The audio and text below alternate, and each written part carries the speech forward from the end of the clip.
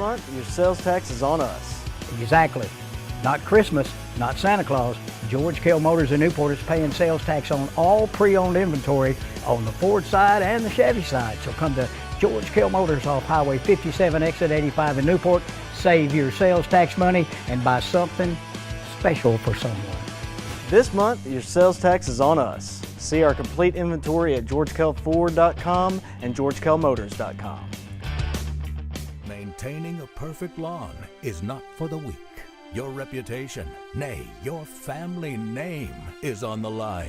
So here's to those who put in the early mornings, to those who prepare in the off-season, and those who consider it a downright sport. We salute you. So trim with precision, stripe with abandon, because it's your day. It's Mow Day.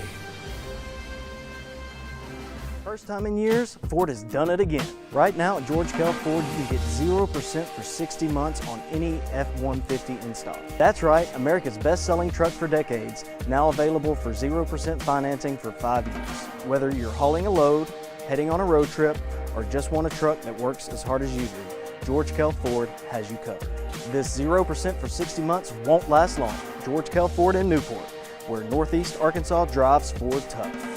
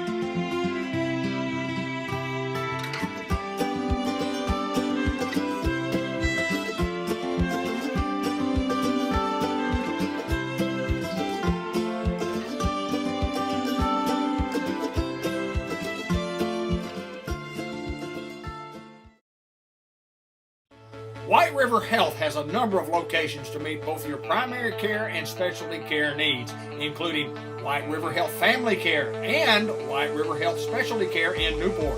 For more information on services available, visit whiteriverhealth.org. White River Health is a proud supporter of Newport Greyhound Athletics.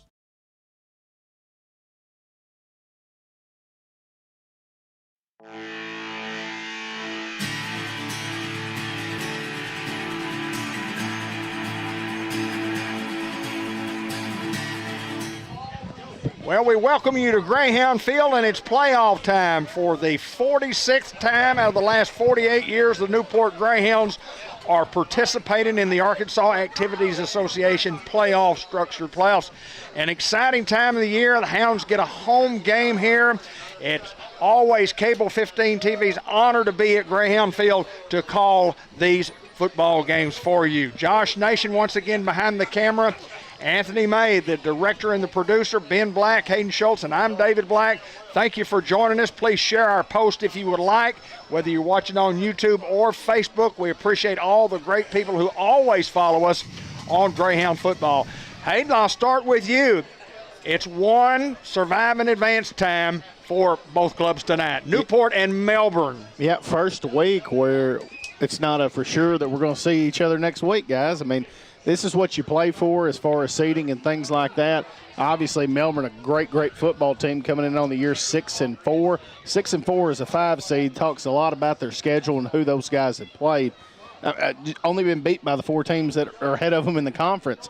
So this is probably the best 5 seed from what I've seen across the state that could beat, anybody that they play. So the Hounds will have their hands full not to get into next week. We'll worry about this game, as David said, trying to go 1-0 tonight, and that's going to be the key. This is round 1 to 5, and that's got to be your goal, is how can we get to round 5?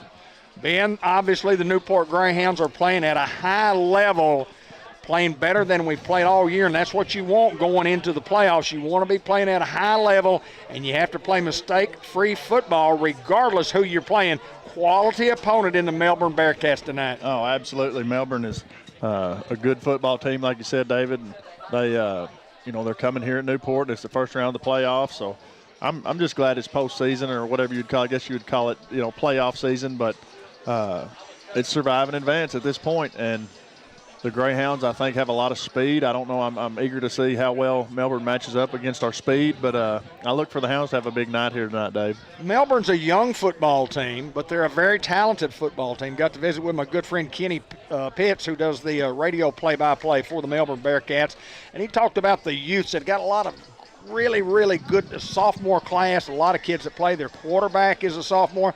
Hayden, when you look at their offense, I'd say they're pretty well even on pass to run. Yeah, they're pretty balanced, Dave. 1655 on the ground game and then 1681 through the air. I mean, that's about as even as you could be. So, I mean, this is a team, I think tonight we won't see as much passing.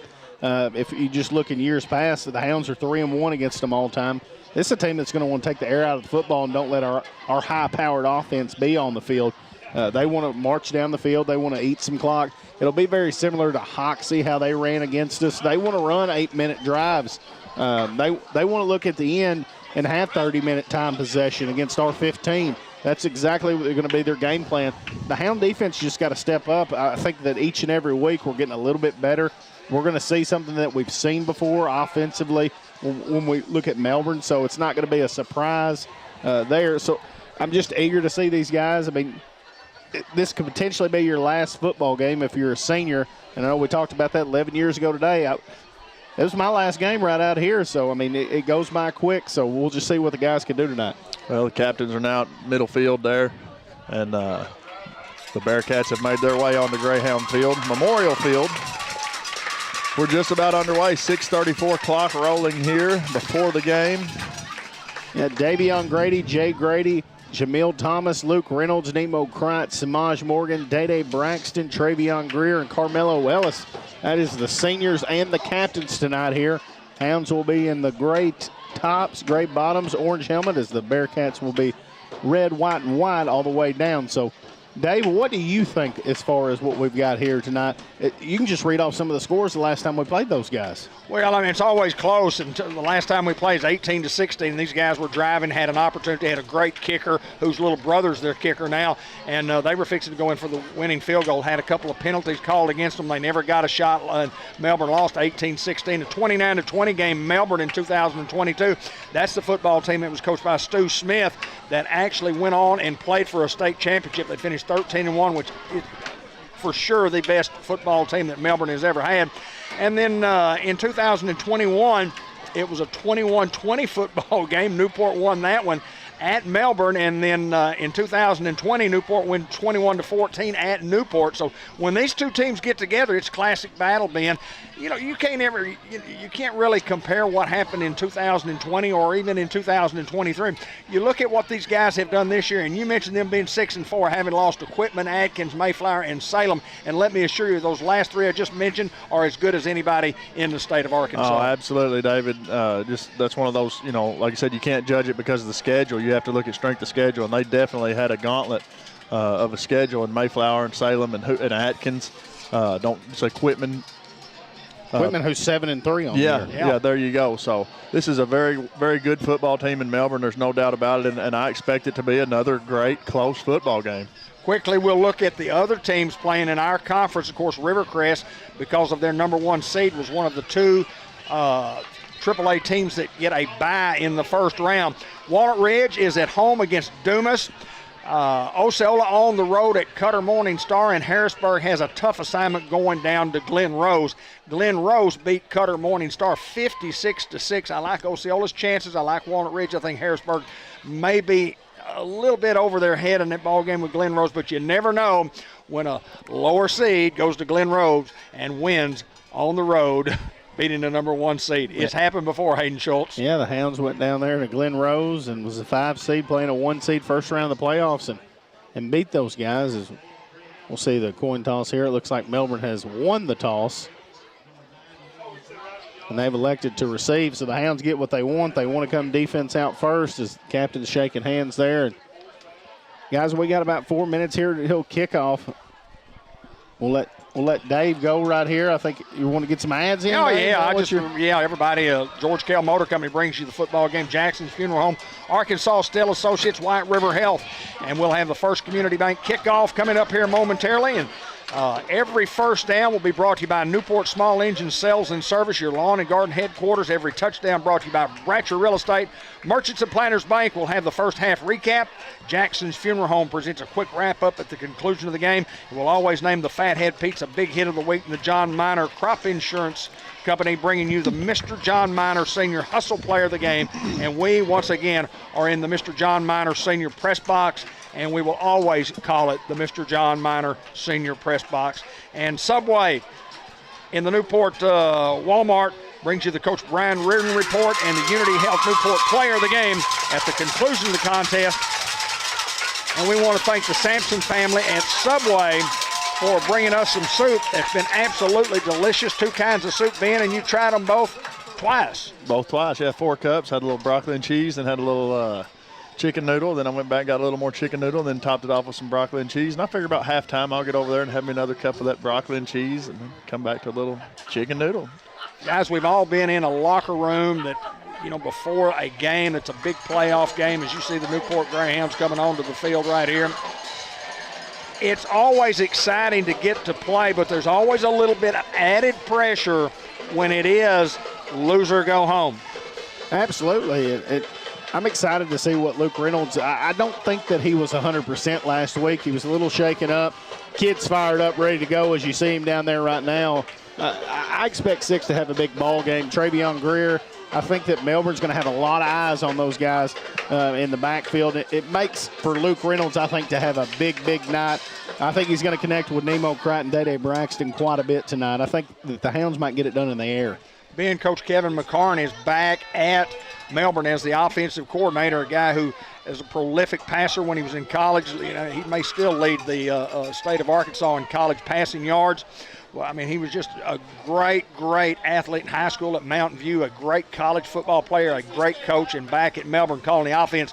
But the last time that he has played the Newport Greyhounds with him calling plays, they like to take the air out of the football and be very, very patient against the Greyhounds. And obviously, we told you about the scores a while ago. Some of that was Kevin McCarn. Oh, absolutely. And, time of possession is a huge thing, huge factor in any football game. And if you have a team that that's their MO, or if you have a high-powered, high-octane team that, can score in any drive, kind of like Newport, you want to keep the football away from those guys. You want to make their defense, stay on the field for most of the game and try to wear those guys down and give you some success, just grinding away and chipping away. And time possession is going to be a big factor here tonight. Special teams always important, Hayden Schultz. Yeah, we got a First Community Bank kickoff right here. Destin Jackson's going to tee it up for the Hounds. Good luck, guys. Good luck to you, my friend. Let's go, Hounds. First Community Bank, where community comes first. 2525 Malcolm Avenue in Newport. Billy Keaty and the crew, go by and see them. Bookout and Wren back deep for the Bearkats to return, and it's Wren who's going to field it inside the 15-yard line, looking for a return, and a big hit there.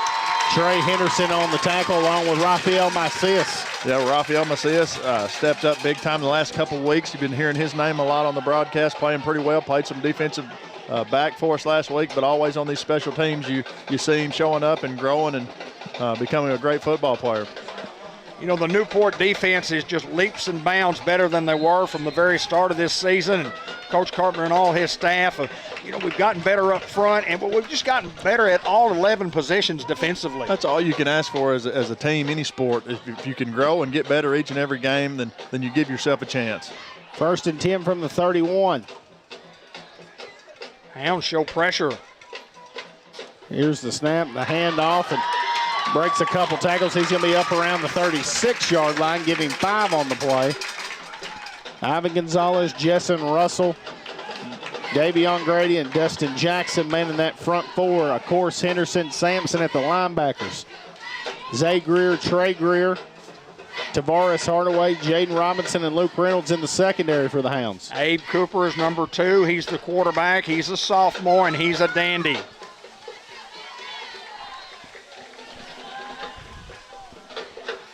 On 2nd and 5 here. Bearkatz running clock already. Gillihan with a dive play, and he's going to break free up to the 47-yard line, and that's enough to move the chains for the Cats. And we've seen that with the Hound defense as far as getting settled in. The first series, because we've done it the last 3 or 4 weeks in a row, the first series we don't look like we do as far as later in the game. I don't know if we're just making adjustments on the fly and things like that. Obviously, Melbourne wants to run the football.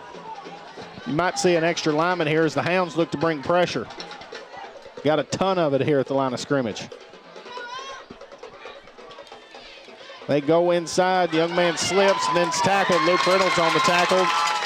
Give him a gain of 5 on the play inside Hound territory to around the 47. Hounds showing pressure up front. And just a great job of blocking them by Melbourne. Well, anytime that you bring pressure like that, it's a down, down, down, you've got the hole. So I like the idea for the Hounds to bring pressure. I wouldn't be shocked if we bring another defensive lineman, bring another big body in there.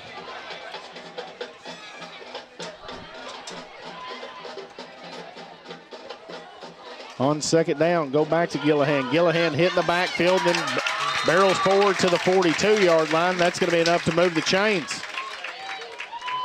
They're nothing fancy, guys. They're just taking the football, and it's kind of like a quarterback read. He either gives it or he can take the football and go around the end, but he has chosen to hand that ball off several times to start this drive and turned out successful for the Bearkats.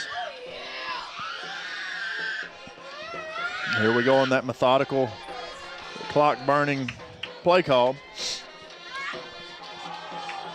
But they're hurrying to the line now. And don't fall asleep down here. Wyatt Smith, lone receiver, drawing single coverage down here. Fake. Cooper calls his own number. The Hounds play it well. That's Greer. Ball on the ground. The Hounds have got the football. We'll wait for a signal here. And that's the break the Hounds needed. Luke Reynolds with the recovery. Travion Greer and Luke Sampson in on that strip. Luke Sampson comes downhill, tries to make a play on the quarterback, forces the guy outside to Trey Greer. Trey Greer, I think, forces the fumble, and then Reynolds is there to pick it up. That's a big-time play right there, guys. They have all the momentum. They're driving the football down, but that's what our defense has done, Hayden, the last several weeks, and pretty much all year. When we need a turnover or we need a stop, that defense shows up, they get it done, and they get their offense on the field and give us a chance to put points on the board. Well, just going into the game, Ben, you just think both defenses throughout the years have been stellar against each other. 3-back look, going to Greer. Greer putting his head down, give him 1, but we have a flag on the play. Hounds are going to be called for a holding here on the very first offensive play. And the flag came quickly, and rightfully so. Well, you can hold every play, David. You just can't get caught. We got caught. We got caught. 9:12 to go. No score yet. Game brought to you by Dye Scrap Metal, Eye Care RX Pharmacy, ASU Newport, Ellis Automotive, White River Health Orthopedics and Sports Medicine, and George Kell Motor Company, Merchants and Planters Bank as well. Single back, we give to Greer. Greer immediately wrapped up. And Melbourne, and you knew that was the game plan coming in. They thought that 7 obviously was nearing 1,700 yards in 10 games, that he's going to be a big part of our offense. And Melbourne playing very physical up front right now. And now 2nd and 20 back to the 30. It's amazing how loud the stadium gets after play, and then it gets quiet right before the play call. It's pretty. So Reynolds under looks, throws it out wide to Day-Day. Day-Day Braxton, stiff arm, refusing to go down. As Day-Day up to around the 34, now 3rd down and 16.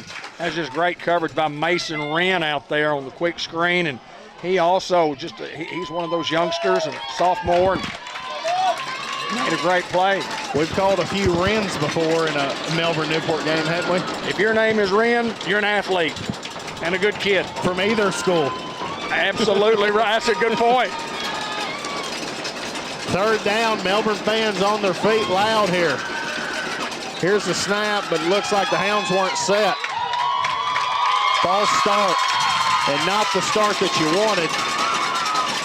But it is an extra start, it is an extra possession basically, Hayden, because it was not penciled in. Hound defense gets a turnover, so this possession actually could have never happened.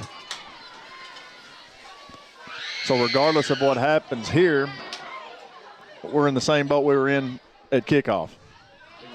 3rd and 21 from the 29.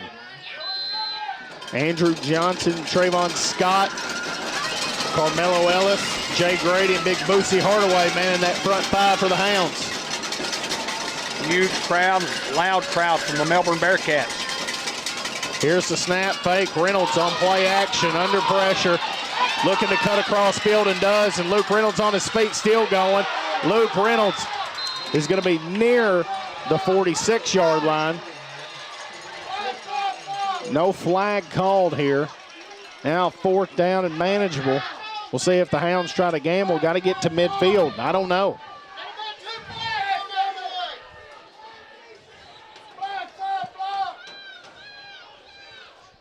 Hounds did a good job of getting some blocks out front. And some of the folks obviously thought maybe there might have been a blindside block. Making some noise, the Bearcats. 4th down. Will the Hounds go for it? Heavy set down here at the bottom of your screen. Long count. Bearcats don't fall. The Hounds got to call a timeout here. 8:16 to go in the first quarter. Here's my question, guys. You called the timeout there, and then if the Hounds punt, we've not really been in punt formation all year long. As far as a deep punt, we have punted the football somewhere when we're in shotgun, but underneath. What do you do, Ben? I think the Hounds will go for it here. I think that's why you called the timeout. I think if otherwise you say, all right, no play, and if they don't fall for it, back up and punt. But with us calling the timeout, I would assume we're going to call a play. That doesn't necessarily mean that's the case, but that would be my guess, Dave. And I don't know if it's right or not, but I think I go right here. I don't remember the last time that we've had to punt, Dave, since we went under center after the Salem game. I am in agreement. But Luke looks to be in the shotgun formation.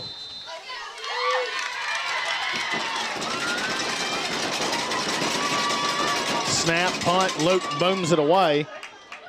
It's going to hit inside the 25, and now we'll keep rolling and take a good Hound roll inside the 10-yard line, and Hardaway's going to let this thing go down to around the 6. So both defenses coming up big there. As Ben said, the Hounds got an extra possession, but the Bearcats not giving an inch. Well, that's going to be the name of the game here tonight, Hayden. It's just who can come away with one when they've got to have one. But both defenses playing very well up until this point. From the 6, the Melbourne offense will set up shop. Lawrence in at tailback now, back there with Cooper.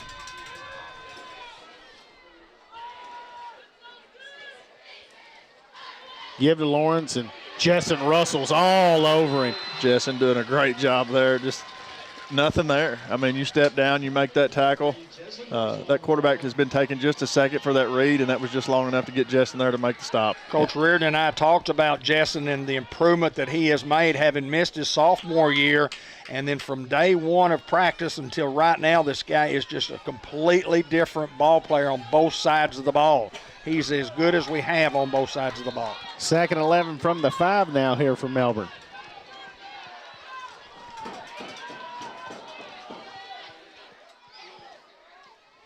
Cooper rolling out to his right, looking to throw, going to fire it. Tavares Hardaway there, but it is going to be caught at the 14-yard line. Just great execution from Melbourne. That was a great route. Tavares had it covered perfectly, but the quarterback just put the ball where no one could catch it but his guy. Now 3rd and short here. That was Mason Wren with the reception. It was a great toss and a great catch.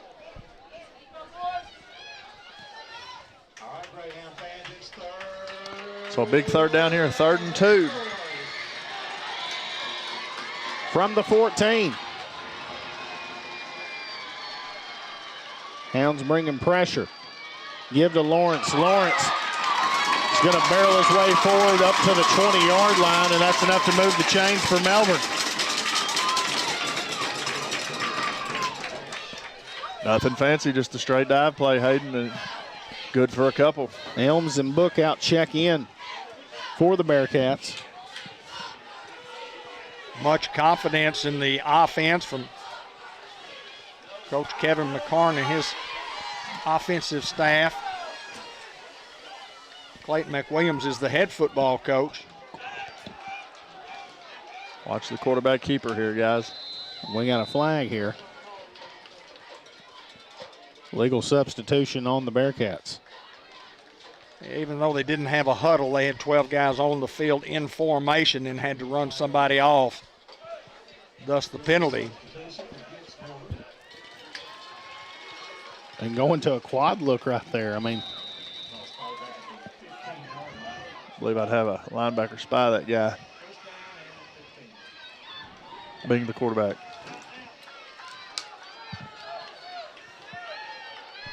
Hounds look to be in man coverage, still sticking with the 6 front. Quarterback draw.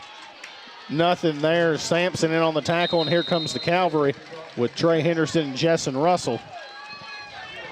Yeah, and you can kind of expect that. You spread it out, and I haven't watched enough film on these guys to say they do that a lot, but just by looking at what they've done so far, I think they like to run the football. You know, you look at the linebacker core of Sampson and Henderson, and of course Luke, a lot of playing time last year, and Trey did too. But these guys have really gotten better at what they do, playing linebacker and playing downhill, which is what Coach wants them to do. 2nd and 14 here. Give inside, trying to bounce outside. Going to be brought down near the 23-yard line. Again, they go with Lawrence. Luke Reynolds in on the tackle there. Now 3rd down and long, maybe 8. It's a little different scenario than a while ago, 3rd and long. You got to capitalize anytime you get those guys behind the chains. So big 3rd down right here with 5 minutes to go and clock continuing to move.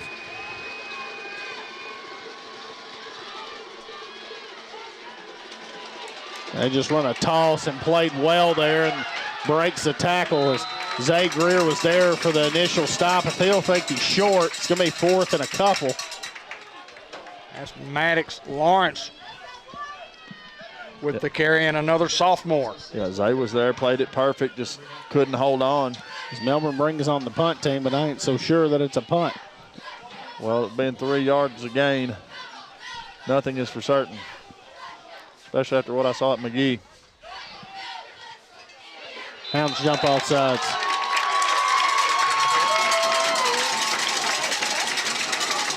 That's just a great play call there and Sure. great design. You send the 2 guys in motion, and then you call for the snap, and we're coming. Just a well-executed play. And the result is a 1st down for the Bearkats at the 32-yard line, nearing the 4-minute mark of the 1st quarter. Obviously no score you see on your screen. Gonna be a dogfight, guys. It is that. Maybe a dog and cat fight. And it's going to be a offsides against the Hounds. 4th penalty already against the Greyhounds. A couple of defensively, a couple of offensively. You know, it's hard to defend a team that does that. They may go on, snap or clap or down, and then they may go on 3. You just have to watch the football, and those guys are firing off on that offensive line. So our defensive guys, it's just hard to defend that. Here's a snap give inside. Luke Sampson swallows him up for a loss. But that looked pretty good right there, guys. Sampson just breaks through that line and says, you ain't going anywhere. So brings up a 2nd down and 6 or 7. Destin checking out, Big Boosie checking in.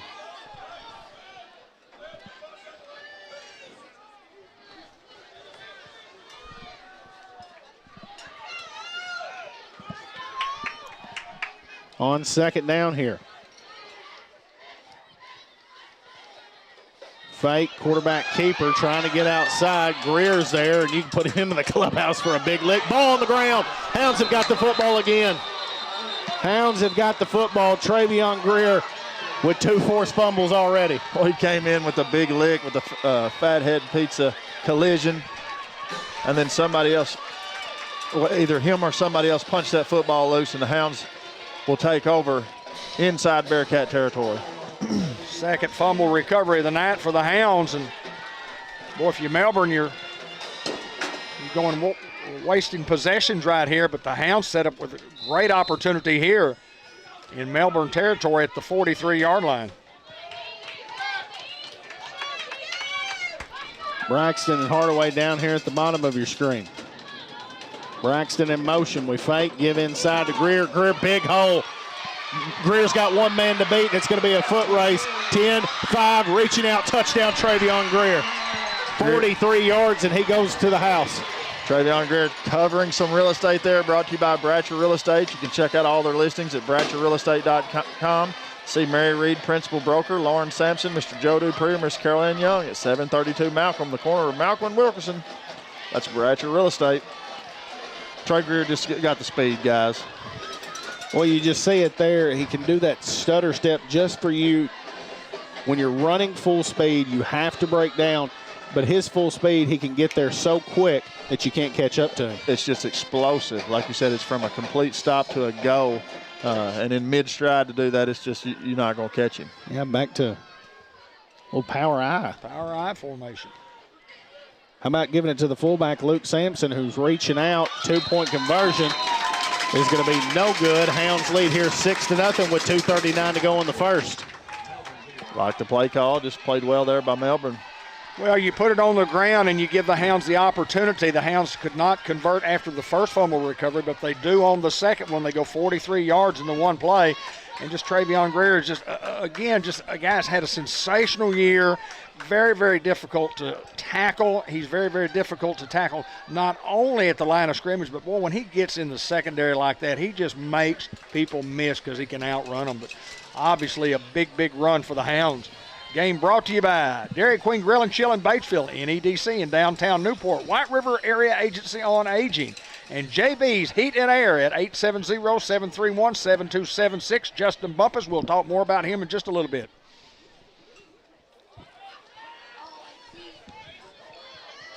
Now their first Community Bank kickoff.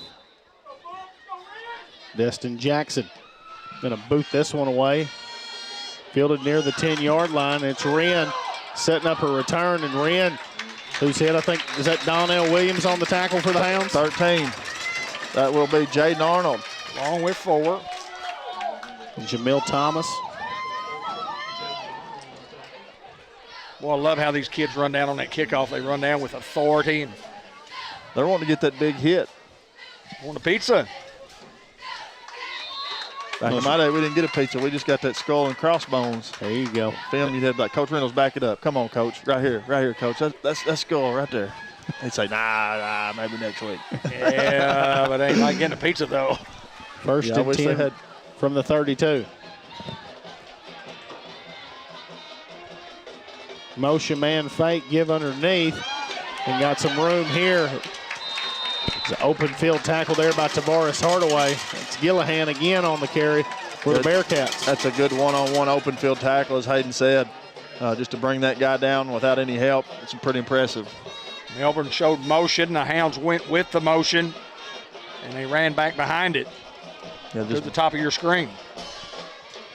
Pretty good gain on first down. Trips at the bottom. Lone receiver at the top. 2nd and 3. Long count, Hounds don't fall. Give inside, a big hole, but a great tackle there by Jamil Thomas near the sticks.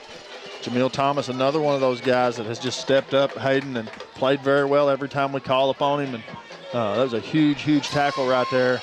It's going to bring up 3rd down and short, which Melbourne likes. But I look for the Hounds to get a big push right here and get a tackle for a loss. We bring in the house? I would think so here. It's the only thing I don't like when you have that short yardage, you're still going in the shotgun, not having an under center package. I'm old school in that way. Sounds look to bring everybody. Give inside. He's hit at the line of scrimmage. Reynolds not there to bring him down, and Jaden Robinson does near midfield. Yeah, that kid from Melbourne, he's just hard to bring down. You got to really hold on to him. He runs downhill and falls forward. And Gillihan again on the carry. Hard-nosed kid, just not afraid to keep on churning. And well, he's the leading rusher with 589 yards coming in the game on just 75 attempts. That's about 8 yards a lick. you know, you mentioned the statistics team-wise. I mean, just almost perfect, dividing the rushing yards and the passing yards, 1650 apiece. Here's the snap, give to Gillihan. Destin Jackson all over it. Give him a gain of 1. Bring up 2nd and 9. Davion Grady also in there on the tackle. Just played well there by Destin Jackson. When you play one of those teams like a Melbourne who likes to run the football, and they obviously run it more tonight than what their statistics would show, but you just got to have penetration, and you've got to be able to stay home, and the Hounds are doing that on the defensive side, the up front guys. We've played one. Hounds lead 6-0. We'll be right back. For the first time in years, Ford has done it again. Right now at George Kell Ford, you can get 0% for 60 months on any F-150 in stock. That's right, America's best-selling truck for decades, now available for 0% financing for 5 years. Whether you're hauling a load, heading on a road trip, or just want a truck that works as hard as you do, George Kell Ford has you covered.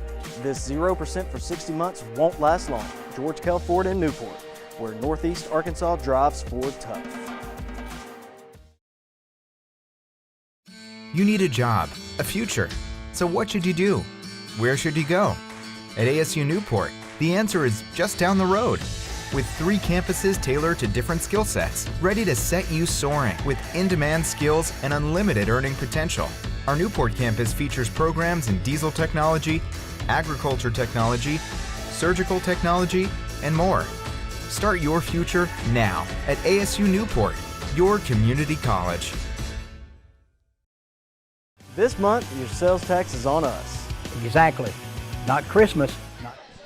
Sales tax paid for the month of November. What you didn't see right then, but you saw it in the pregame at George Kell Motors, both of them paying sales tax at George Kell Ford and George Kell GMC.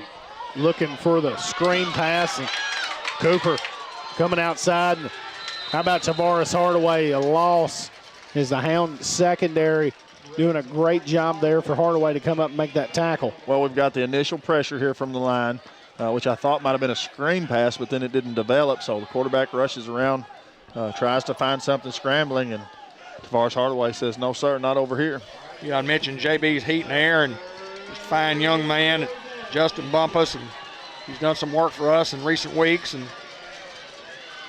always on top of it when we call. The number's 870-731-7276. 3rd and 10 from midfield. Here's the snap. Quarterback looking to throw, and he is hit. It's thrown up and played well, but Jessen Russell with a big lick back there. That's obviously going to go in the clubhouse.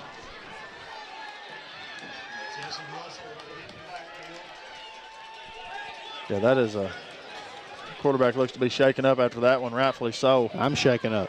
Maybe the hit of the year. Maybe. Punting situation for the Bearkats.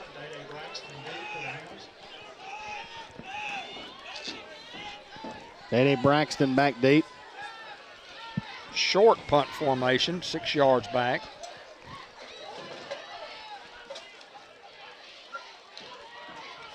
Now 10. This one's going to bounce inside the 15, and Day-Day's just going to let it go out of bounds at the 8. So the Hounds will have the football at the 8-yard line, and the key to the last drive right there, guys, is the big stop on first down when you get them for like only a gain of 1.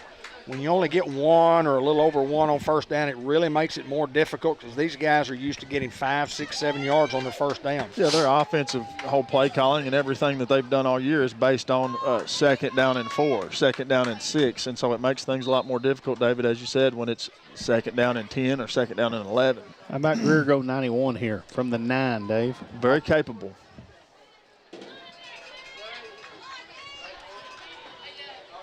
And the give to Greer. Greer bouncing outside. Greer still churning forward, trying to get near the 20-yard line. Ball on the ground. Melbourne's got the football. Yeah, I saw him reaching for it. Kid just gets in there and takes the football away. Not much you could do right there. Just give Melbourne credit.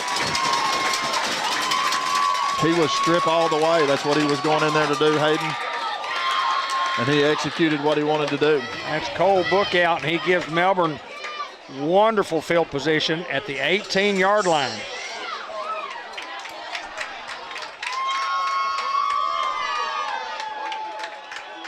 Cooper brings the troops out here. Lawrence in the backfield. We'll see if Cooper's still a little shaken up after the hit.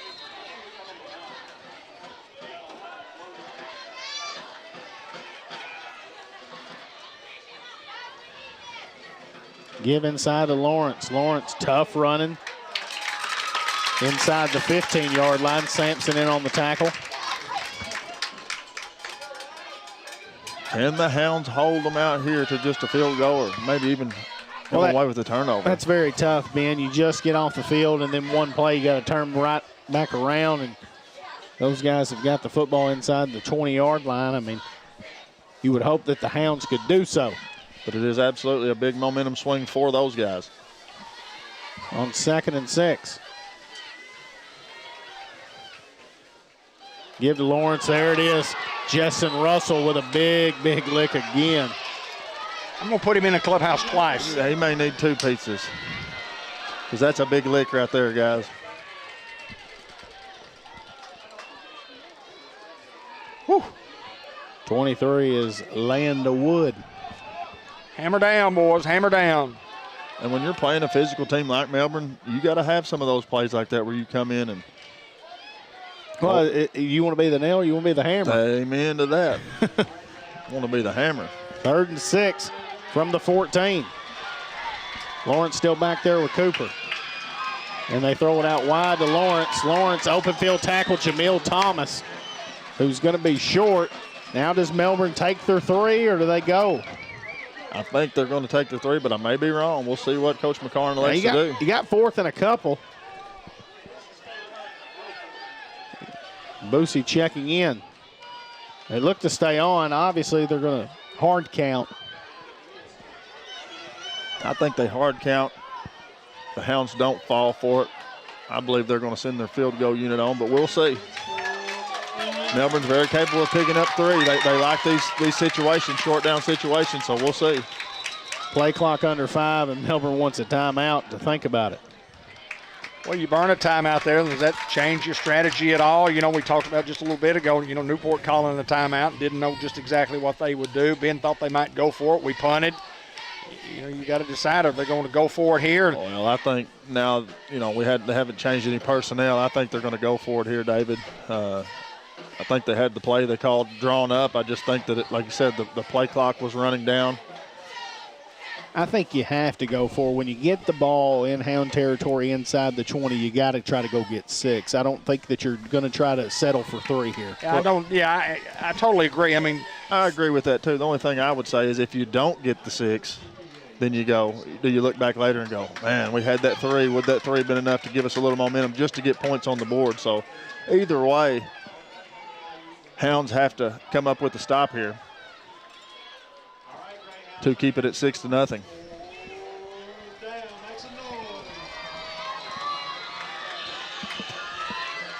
Fourth and a long 2 here. From around the 11. Fake, Cooper rolling out, throwing it, and it is batted away. Zay Greer bats it away, and the Hounds defense yet again with another stand here. Hayden, like you said, They just got off the field. We'd run a couple plays, and they come up with a turnover, and then the Hound defense just doing what the Hound defense has done and continues to do is just stellar. You come up with a stop when you need a stop. That was big time right there. That play right there, we'll come back and talk about that one at the end of this game. 8:42 to go. Hounds lead 6-0, as you see on your screen. And gained 2 yards from their last possession, which started at the 9. They're all the way up to the 11.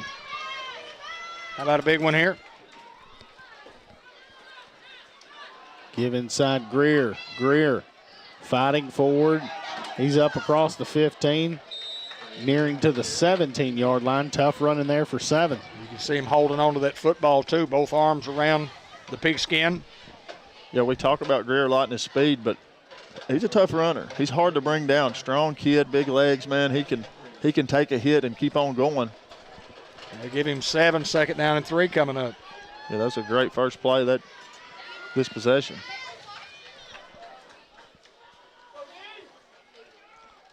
Throwing it out wide to Tavares. Tavares, first down and a little bit more as Tavares Hardaway going to be brought down around the 28-yard line, and that's a Newport small engine first down. Just love the design, kind of a fake quick pitch to Greer. You know, they have to honor that. Tavares just finding some space out there on the edge and picking up the first down. If I know Josh Austin, that screen is setting up when we fake that and Day-Day goes deep, because we've seen it before.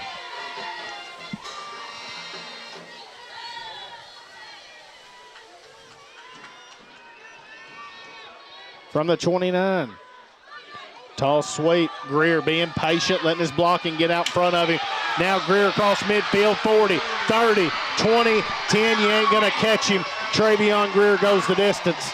If he can ever get that first move, get that first guy beat to the corner, he's trouble. Give him 71 and give him 6. Greyhounds covered some more real estate there. Brought to you by Bratcher Real Estate. If you're looking to buy a home or sell your home, you need to see Mary Reed, Lauren Sampson, Mr. Joe Dupree, Carol Ann Young. If you're looking to rent a property or you have a property that you want, a rental property you want managed, you need to give a call to Bratcher Real Estate at 523-5100. They will take care of you. 79-yard on a 71-yard run. Well, he got all 79 of them. He did indeed. On the first one, and 2-point conversion with Sampson's good, but we do have a flag.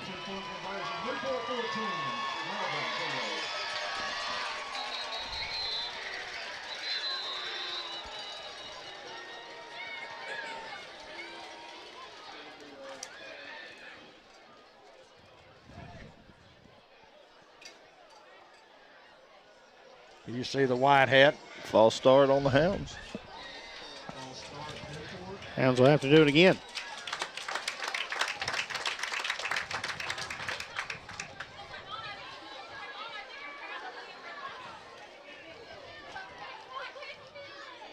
With a big 2-point conversion that is taken away from the Hounds.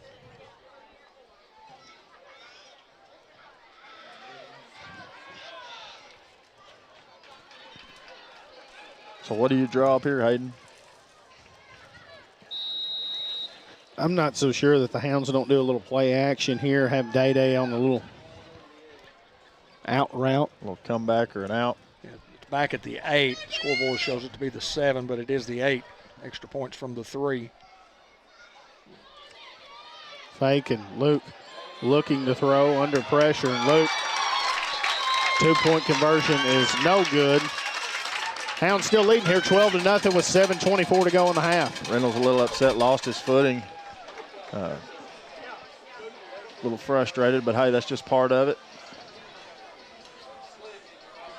Well, here, you know, this is something I've never had to experience, coming off the sideline and your older brother's there. and he's a coach. He's your coach. He's your boss, if you will.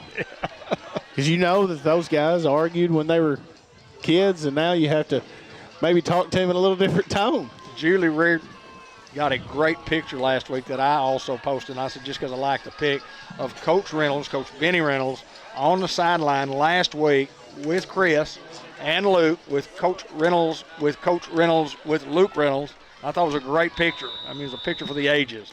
First Community Bank kickoff coming right up. Kicks this deep and going to let it hit. It's going to be fielded around the 7-yard line. It's the kickoff team coming down, and that's Zay Greer in on the tackle near the 21-yard line. At the worst field position they've had. Other than having it in our own 20 on the turnover. They had it at their own 6 once. Yeah, we punted to them. Started at their own 31, their own 6, their own 32, the Newport 18, and now the 21. It's where you want to start them. It's exactly where you want to start them.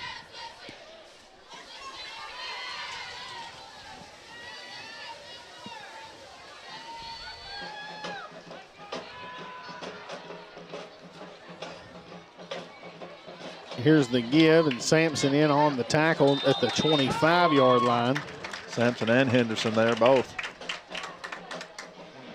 Great play from the linebacker position there. That's Gillihan with tough running.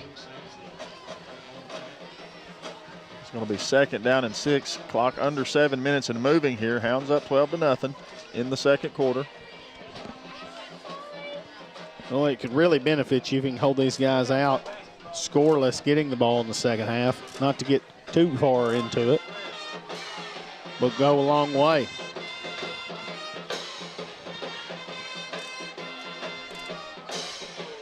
They throw it out wide, and it is a little high to the intended receiver. It's a direct result of pressure from the defensive line there. Just getting back there, getting a hand up, getting in that guy's face, and disrupting the timing of the play, because that's a timing route.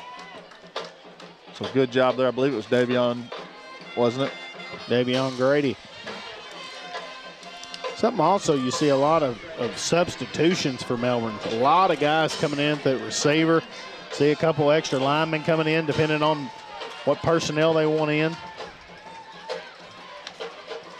They're in personnel for a 3rd and 6. And they're going to have to call a timeout here. With 6:33 to go in the half, Hounds leading 12-0. C&M Ag Depot at 2900 Highway 367 North in Newport. One of our great sponsors. Fathead Pizza, one word, it's all caps. Two Chicks Florist and More, a gift shop and garden center at 1014 Malcolm Avenue in Newport. M&P Insurance Services, dedicated to being your one-stop shop for all things insurance. Ben Black's Irrigation Services, Rock Services. What all do you do, Ben? David, I get up every day and just shake every bush I see and hope a dollar falls out of one of them. You've done quite well at that. I don't know that I'm really good at anything, but I can do a little bit of just about everything, except for carpentry. I'm not a doorman and I'm not a gate man. I can't hang a door square or a gate square. Kelsey tells me I'm rough in only, Dave. You're not a finisher? Not a finisher. I'm a rough in guy. You look at the Hounds this year at Greyhound Field, 5-0 record, 47 points a game, giving up 10 points a game, 404 yards per game, and only giving up 404 per game and giving up 144. Pretty good stats right there. 3rd and 6, fake. Cooper calls his own number. Who else than 23, Justin Russell?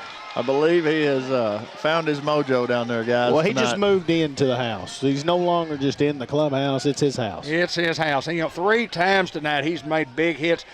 That's just big-time football. He's a junior, and he's a great football player. And it's like we've talked about him growing. You see the growth every week, him getting better and getting his feel for the position and the speed of play. But he's just done an excellent job. And plays tight end just as well. Yes. Dede Braxton back deep for the Hounds. And a low punt that thought was going to be an end over end. It's not. It's going to take a Hound bounce. And at the Greyhound 49-yard line. So Hounds start near midfield. Hounds have a 43-yard drive, which was a 43-yard Travion Greer touchdown, and a 79-yard drive. It was a 71-yard Travion Greer touchdown run. Great field position here at the 49-yard line. He's itching to be in history as a 2,000-yard back, Dave. He is indeed. It's happened 5 times, 4 2,000-yard backs. Is that correct? That is correct.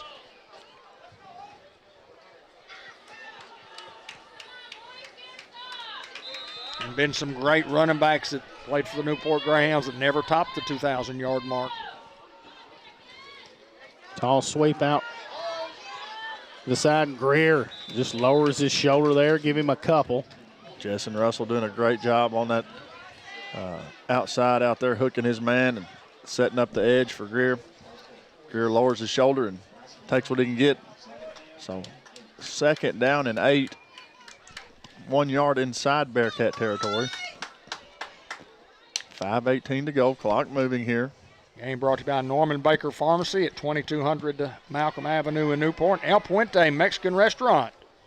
Unity Health Newport, Delta Trailer Manufacturing. Miss Mary, I appreciate you watching. I saw you watching and hope you are getting much better, my friend. Much love to you. Reynolds looking to Hardaway on a curl route and just a little too hard there through Hardaway's hands. Well, you don't see that happen often.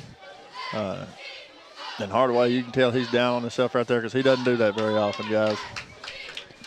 But it's back to the drawing board, and 3rd and 8. It's next play mentality. I think the way your defense has been playing, you don't have to get all 8 here to go. So I wouldn't be surprised if the Hounds are not necessarily trying to go in the air to get 8 right here. Luke rolling out to his left, looking to throw across the field. He's got Nemo Crite there, and Nemo, that's enough for Newport Small Inching 1st down. That's a timing route and a spot route. You just say, hey, Nemo, run out here to where nobody's at, and I'm going to put the ball where nobody can catch it. You just hold on to it and fall down, and we'll pick up the 1st down. Great play call, great execution, great pass, and great reception there. Great job of the offensive line, giving him time to throw. Pinpoint passing and a great reception by Nemo. What a great route. Nemo goes from a slot receiver to a fullback here. It's a tall sweep to Greer. Greer inside the 35-yard line to the 34, giving 5 on the play. I love the mix here for Coach Austin's offense, leaving a little power back set. It's a little wrinkle. It looks like the Hounds are going to stay in it with Sampson still out there. And Sampson that time right there and has, I'm sure, every other time he's been in there, but doing a great job of blocking. Here's one you might sneak one underneath to a fullback. Give inside to Greer with a big hole. Day-Day Braxton, big lick, Greer's gone. 34-yard touchdown run, Travion Greer. And you mentioned Day-Day, and we've talked about it all year long. He's as good as I have ever seen at blocking on the perimeter when he gets locked up in the secondary with somebody, not holding, I mean just locking up and blocking a guy. That guy's the best that I've ever seen. And again, Day-Day Braxton with the assist. Well, David, not only does he do a good job of blocking up, but he does it with authority. He has pop. He comes up there and he hits his defensive back, and you can see right there, he hit that guy right in the mouth, and there was nothing that guy could do. The Hounds look to go for 2 here. Give to Sampson. He walks in. 2-point conversion good. Hounds leading 20-0 with 3:41 to go in the half. Well, it's been all Hound offense and mostly all Hound defense. The defense has been absolutely phenomenal tonight. And so has the offense with Travion Greer running the football. 3 touchdowns on the night. That was a 51-yard drive as the Hounds started their own 49-yard line. Yeah, he's over 150 yards on 3 plays. That's pretty impressive.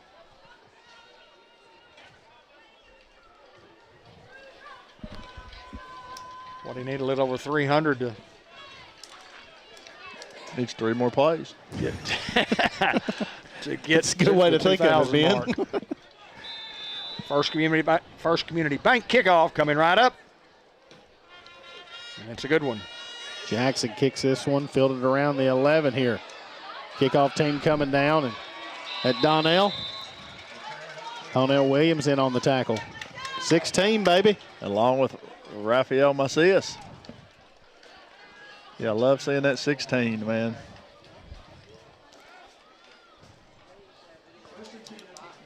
First and 10 from the 23 now. And I know one thing is Melbourne will not lay down here.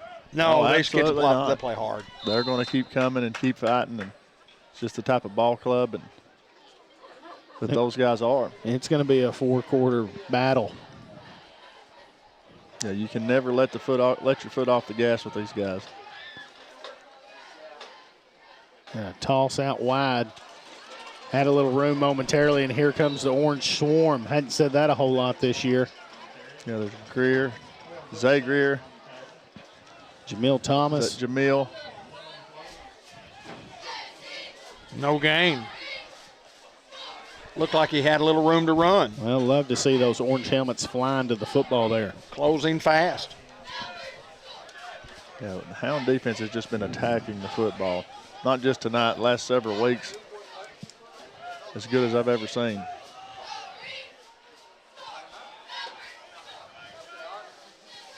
On 2nd and 10 here. Cooper going to throw it out wide. Jaden Robinson with a big lick. They're going to say he's still on his feet. 'Cause I didn't think that he was still up, but that's going to be enough to move the chains as Jaden. Only thing I can think of, he's laying on top of Jaden when he went down. But they're going to give him enough to move the chains to the 35. Official was right on it. Good call. 2:29 clock moving here in the first half.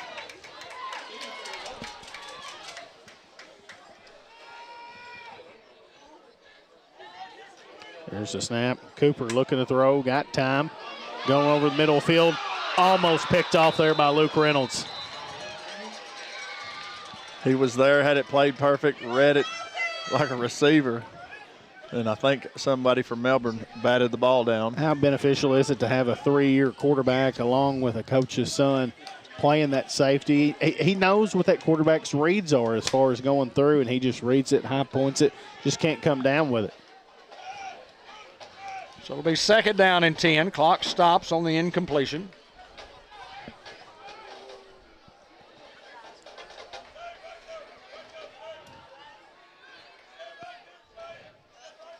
Here's a snap, handoff.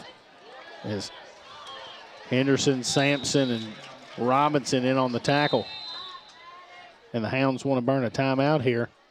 And not a bad one here. One with the football back, and now on that 3rd and 8. Coach Riordan wants to talk about it. Remind everybody that our game is brought to you by Dr. Gavin McDowell at Customized Vision Care, and you can see always a look back on Facebook on our Cable 15 TV page or on my personal page. Dr. Gavin McDowell. Sonic Drive-In in Newport. This is how the Greyhound Sonic and Woodbriar Nursing Home at 204 Catherine Street, Harrisburg, Arkansas. We appreciate all of our great sponsors here on Greyhound football, including Tree Wine Sensations, Troy and Sequoia Scott, both former Greyhounds. Home cooked meals. Oh, man. At the trailer on I'm 67 telling you, North. Doesn't matter what you order, it's going to be divine. I love getting the wings. I think Troy gave me the lemon pepper buffalo last time, and, man, they were superb. Fried catfish. So was every other thing I've eaten out there. It's all superb. Homemade coleslaw, boy. 3rd and 8. From the 37, motion man. Here's the snap. Cooper fake. Now looking to throw under pressure. Jay Grady and Destin Jackson there. There's a toss and catch to Moats, and it's going to be enough to move the sticks here for Melbourne. Well, Hounds had him under pressure, had him on the run. Melbourne just comes up with a good play there. It's kind of a comeback route. Yeah, Cooper rolled. He got into some trouble. He was flushed out of the pocket. Anytime a quarterback gets flushed out of the pocket, you know, it takes so much time, and it's hard to defend a receiver for that long. In Hound territory at the 49. Snap, empty backfield. Cooper throws it. Wren there to catch it to the 45-yard line. Clock going to continue to roll here. Now we'll see if Melbourne tries to get in a hurry. Got Jamil Thomas in on the tackle.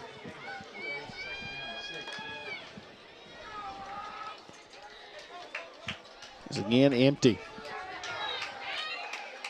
on 2nd and 6. Snap, quarterback looking to throw under pressure. He's going to throw this one away. It's got to be grounding. Thought there would be some grounding. Oh, they got to talk about this. They're going to throw a flag on this one for sure. Josh, go to your left a little bit. And there we go. There we go. Yeah, he dropped straight back there in no form, fashion, no way at all could he have been outside of the tackles. Just felt the pressure and dumped it off.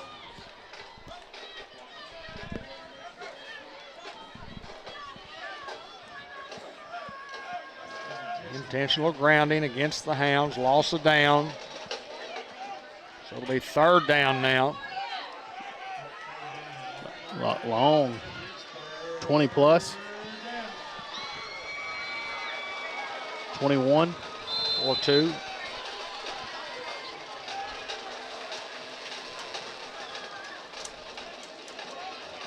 Snap, quarterback looking to throw. Grady under pressure again. And they're going to say incomplete. Now 4th down and long. Melbourne's going to have to bring on the punt team. Hounds do have a timeout left. What do you call offensively if you get this football back here? Do you give it to 7? Well, I don't know that you get to run a play. Oh, you think Day-Day's defense may come back out? Day-Day will line up about the 23-yard line. He's looking for a return. Hounds bringing pressure. Get this one away, and Day-Day punting away from him. Bouncing inside the 20, now inside the 10. Took a little extra kick. This thing's going to roll near the 5-yard line. And that's where they will place the football, is at the 5. So 95 yards. Now, to answer your question, yes, I believe I give it to Greer right here. Yes. But there's a minute left. I don't think that we try to go any type of way. If Greer can bust one, then things might change. I think you keep it on the ground. I think you're tickled to go into half up 20-0. Yeah, you get the ball to start the second half. You darn sure don't want to give them the football back. Well, I think it was a big stop there. It was a big penalty. You know, Hounds with some pressure when we got the, the grounding penalty. Really helped the Hound football team. Motion. They give it to Day-Day. Day-Day on a jet sweep. Day-Day going to be pushed out of bounds. Yeah, not much there. Just played well there by Melbourne. So it's going to be, give him 4. Hounds have a man down. We'll stay right here momentarily. And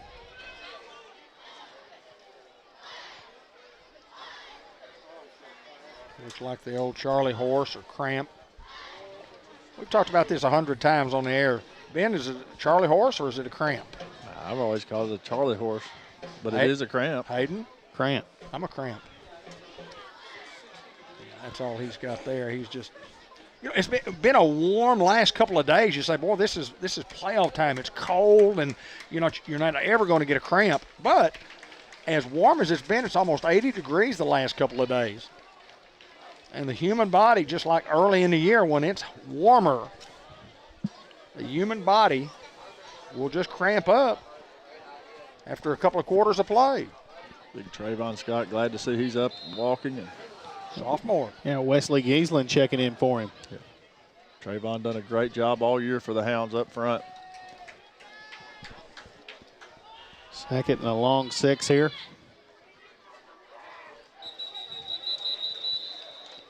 It's going to be false start.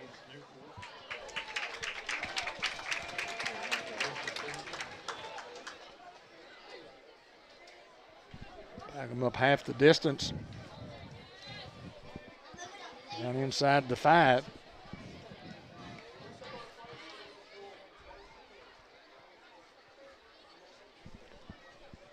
Sampson checking in, so you can expect some heavy set here. I think if you're Melbourne, you have to sell out on a run here. You would love to get a safety right here. Yeah, just anything to get them on the board here, some positive before halftime.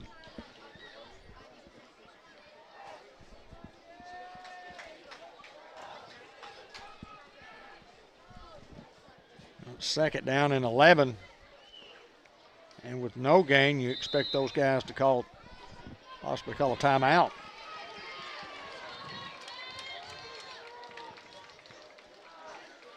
Give inside handoff, and Kraut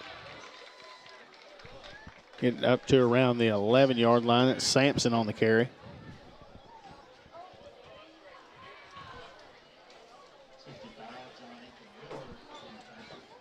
Third and 5.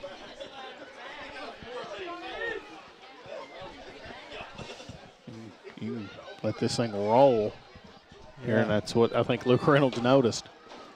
Yeah, I think that you can get within 10 seconds of running this thing out.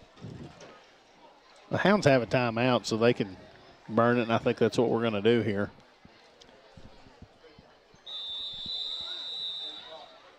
In just under 11 seconds. So then you got to decide, do you want to, you could kneel it, they could call timeout, and you can kneel it again, or do you want to try to use your last 10 seconds to try to hit a long one? I say try to hit a long one. Just keep it on the ground here. I give 7 the ball.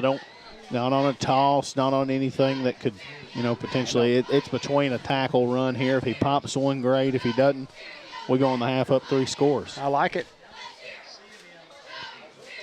Yeah, we're certainly not going to back up and throw the football. Game brought to you by County Culture Magazine, Rural Charm, Local Vibes. Check us out on Facebook, countyculture.org. Julie Reardon and Amanda Reynolds.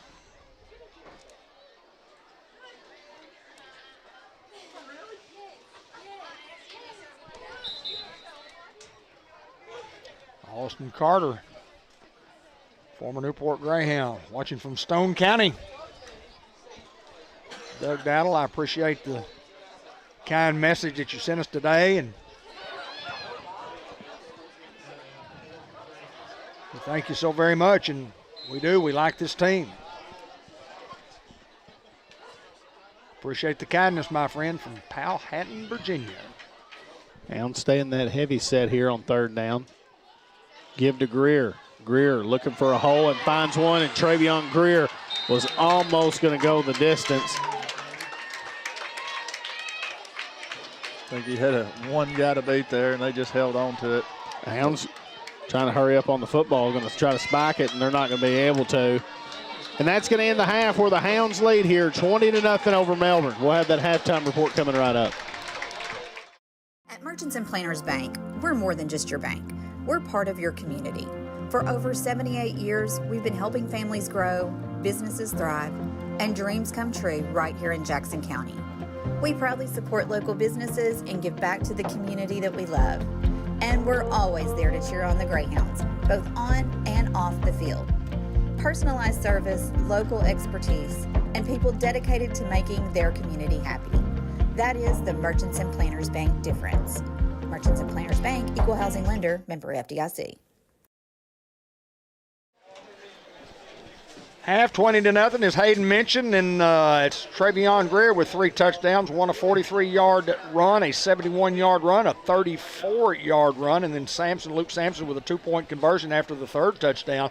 20-0 Hounds, and defensively, the Hounds have just been superb, obviously, and the scoreboard shows that, having shut out a quality Melbourne football team for a half, and Jessen Russell has simply been phenomenal on both sides of the ball tonight, as he has for most of the year. So Hounds lead 20-0. Halftime activities coming right up.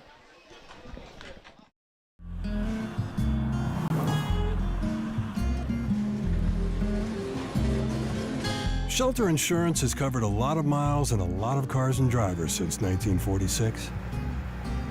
We like knowing we have you covered, so you can just sit back and enjoy the ride. Shelter Insurance. We're your shield. We're your shelter. Ask Shelter Agent Mark Manning about Shelter's competitive insurance rates. White River Health has a number of locations to meet both your primary care and specialty care needs, including White River Health Family Care and White River Health Specialty Care in Newport. For more information on services available, visit whiteriverhealth.org. White River Health is a proud supporter of Newport Greyhound Athletics. This month, your sales tax is on us. Exactly. Not Christmas, not Santa Claus. George Kell Motors in Newport is paying sales tax on all pre-owned inventory on the Ford side and the Chevy side. So come to George Kell Motors off Highway 57, exit 85 in Newport. Save your sales tax money and buy something special for someone. This month, your sales tax is on us. See our complete inventory at georgekellford.com and georgekellmotors.com.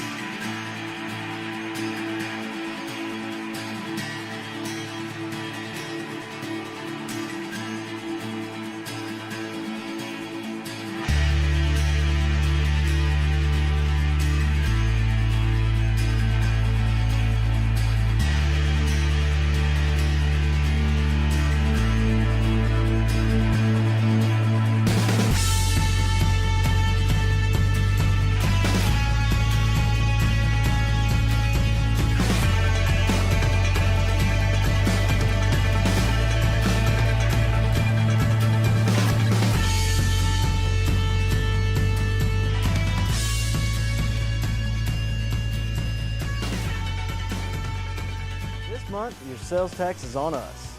Exactly. Not Christmas, not Santa Claus. George Kell Motors in Newport is paying sales tax on all pre-owned inventory on the Ford side and the Chevy side. So come to George Kell Motors off Highway 57, exit 85 in Newport. Save your sales tax money and buy something special for someone. This month, your sales tax is on us. See our complete inventory at georgekellford.com and georgekellmotors.com. Maintaining a perfect lawn is not for the weak. Your reputation, nay, your family name is on the line. So here's to those who put in the early mornings, to those who prepare in the off-season, and those who consider it a downright sport. We salute you. So trim with precision, stripe with abandon, because it's your day. It's Mo Day. First time in years, Ford has done it again. Right now at George Kell Ford, you can get 0% for 60 months on any F-150 in stock. That's right, America's best-selling truck for decades, now available for 0% financing for 5 years. Whether you're hauling a load, heading on a road trip, or just want a truck that works as hard as you do, George Kell Ford has you covered. This 0% for 60 months won't last long. George Kell Ford in Newport, where Northeast Arkansas drives Ford tough.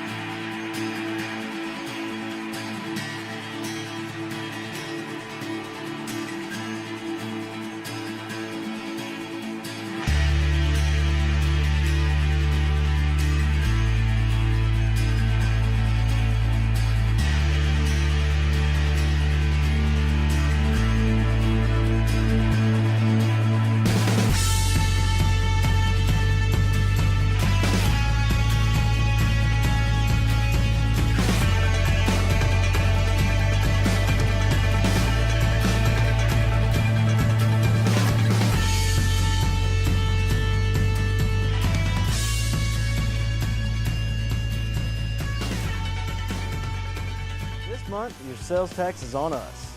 Exactly. Not Christmas, not Santa Claus. George Kell Motors in Newport is paying sales tax on all pre-owned inventory on the Ford side and the Chevy side. So come to George Kell Motors off Highway 57, exit 85 in Newport. Save your sales tax money and buy something special for someone. This month, your sales tax is on us. See our complete inventory at georgekellford.com and georgekellmotors.com. Maintaining a perfect lawn is not for the weak. Your reputation, nay, your family name is on the line. So here's to those who put in the early mornings, to those who prepare in the off-season, and those who consider it a downright sport. We salute you. So trim with precision, stripe with abandon, because it's your day. It's Mo Day. First time in years, Ford has done it again. Right now at George Kell Ford, you can get 0% for 60 months on any F-150 in stock. That's right, America's best-selling truck for decades, now available for 0% financing for 5 years. Whether you're hauling a load, heading on a road trip, or just want a truck that works as hard as you do, George Kell Ford has you covered. This 0% for 60 months won't last long. George Kell Ford in Newport, where Northeast Arkansas drives Ford tough.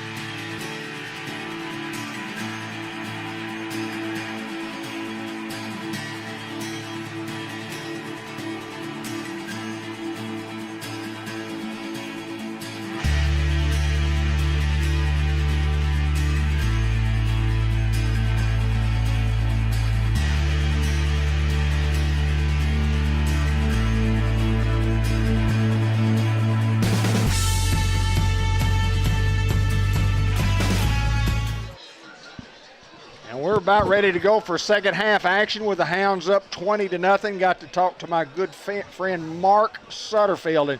And Mark, I remember the game. You hitting the 2 free throws with no time on the clock at Batesville against the Pocahontas Redskins. I remember it like it was yesterday. And that means I was calling games on the radio when I was a young cat.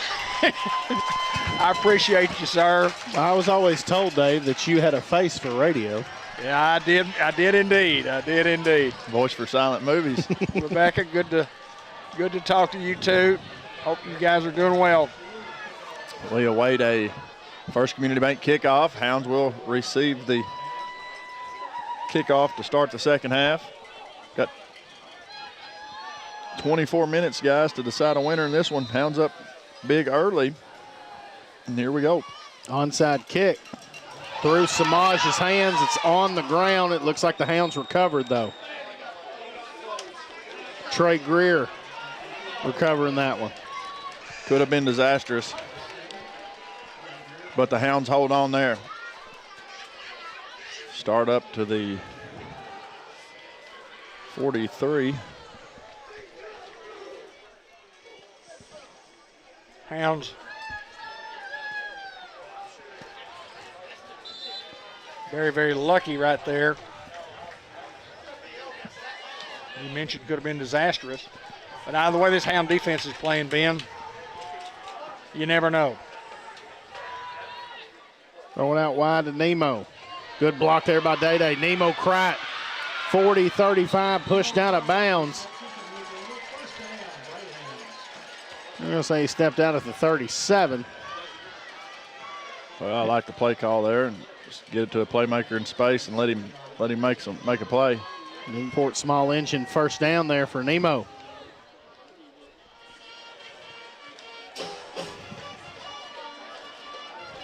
Pretty good start.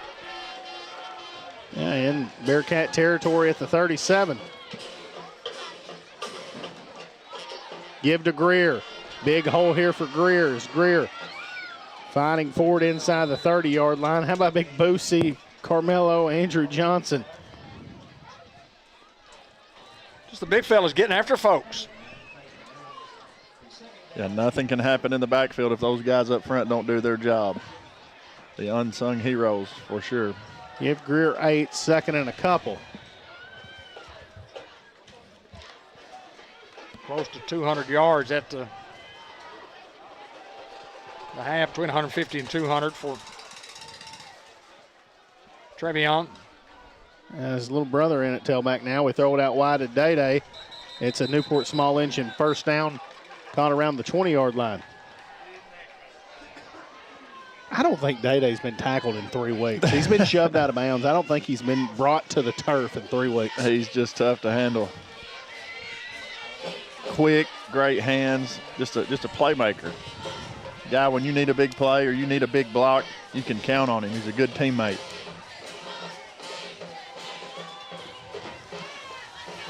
From the 20, first down and 10 Hounds. Another small engine sales and service. And a timeout here for the Hounds. Maybe a misalignment here. Maybe something coach didn't like. Don't know just exactly, but it'll give us an opportunity to talk about our Greyhound boosters. Dr. Kelly McKinney, Mark Manning Shelter Insurance, Howard's Glass Company, Rick Bias, Lou Allen Family and Company, Doyle Family Farms, Fletcher Land Surveying, Churchman's Building Center, Ace Hardware, Drew Hahn, the Pest Detective. Also First Horizon Bank. Our phone number is 870-523-3611, supporting the Newport Greyhounds at 200 Olivia Drive, committing to making your banking experience the best it can be. And Judge Henry Boyce, class of 1982, always supporting the Newport Greyhounds.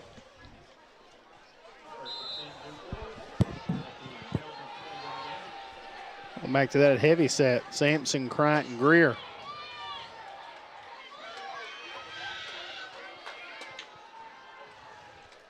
And a tall sweep outside to Greer. Good blocking there by Nemo as Greer looks for a cutback inside the 10-yard line. Finally wrestled down around the 7. That's a Newport small engine first down. Yeah, great job of blocking out front by those guys there, and Greer just makes a move, cuts it back up, finds a little green space, and gets some extra. Good job of blocking by those big guys up front. 10-15 clock moving. Hounds up 20-0.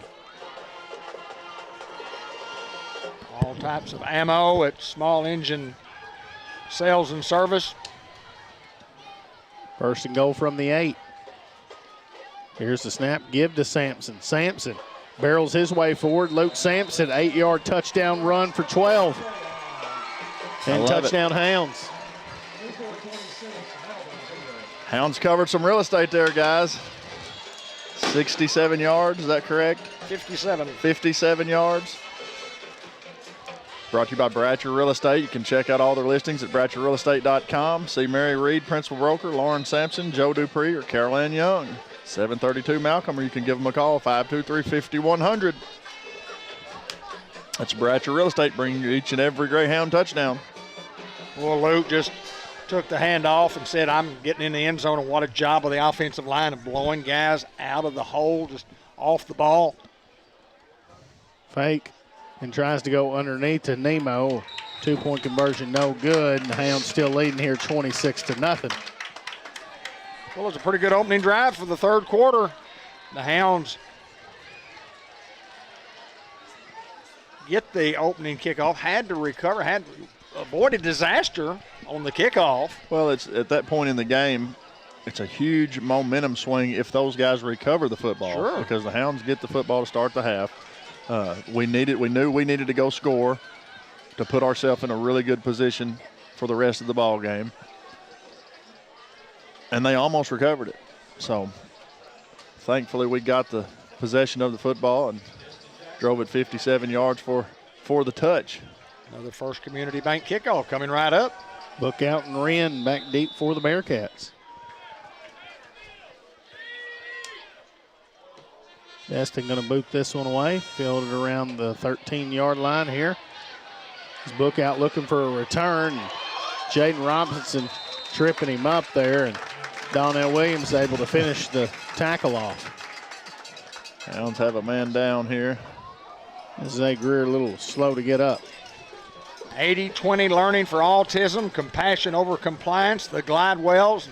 Again, we thank you guys for coming to Newport, Arkansas and being a part of Greyhound Athletics. Phone number's 870-336-6492. Ben and Leslie Glidewell. First and 10 from the 30 here for the Bearkats. Here comes motion fake. They go underneath, and Ivan Gonzalez there for a loss. Back to the 29-yard line. 23 also helping in on the tackle, is just the backside tackle, the backside guard go in motion. Hounds with another leg cramp right here. And then you just had Gonzalez and Russell following. Second cramp of the night for the Hounds. In comes Jay Grady. Well, the defense has just been very, very good tonight.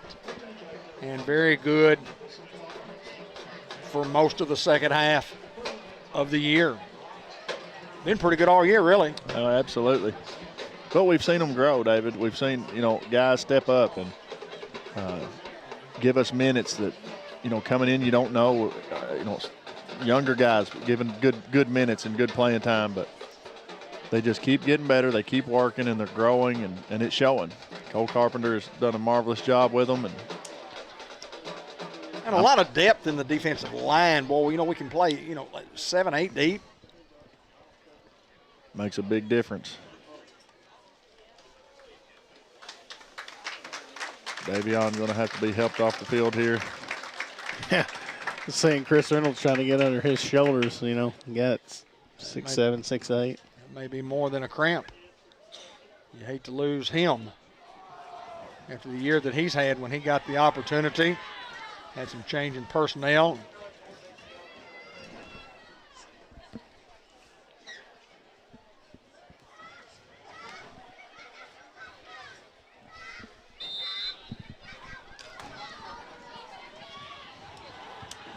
2nd and 11.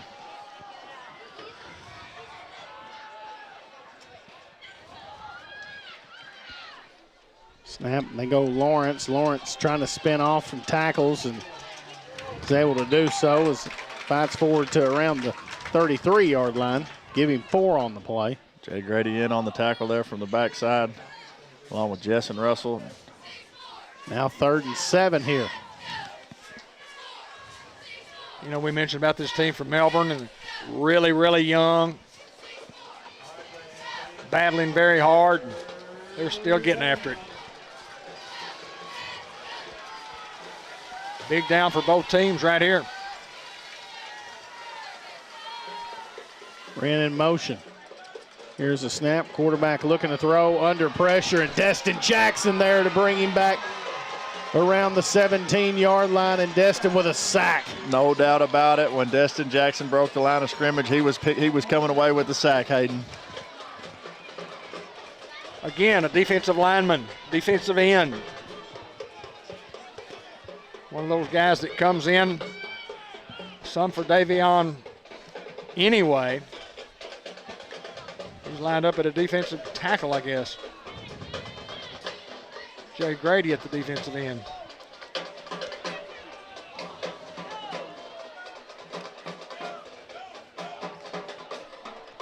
Tight spiral.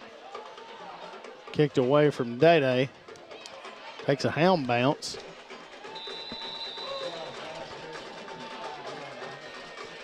We'll wait for the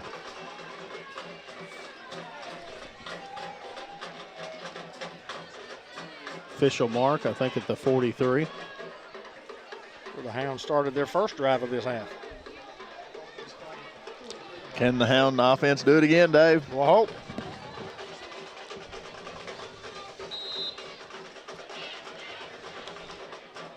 Just trying to find scores, going on. I wasn't able to find anything at half, and we'll try to keep you updated what's going on across the state on 1st and 10 from the 43. Play action, Reynolds looking to throw, fires it to Nemo. Good block out here by Jessen Russell. Nemo Crott is going to be pushed out of bounds inside the 30-yard line.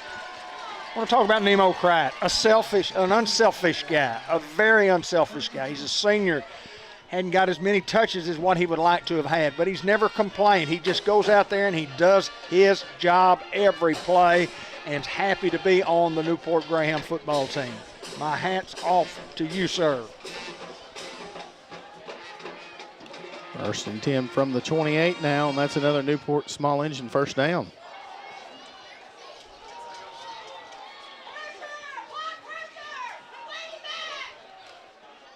So Reynolds looking to throw, and on the double move to Day-Day Braxton, got him wide open the end zone. Day-Day 6, goes get 6 and finds 3 for 28 yards.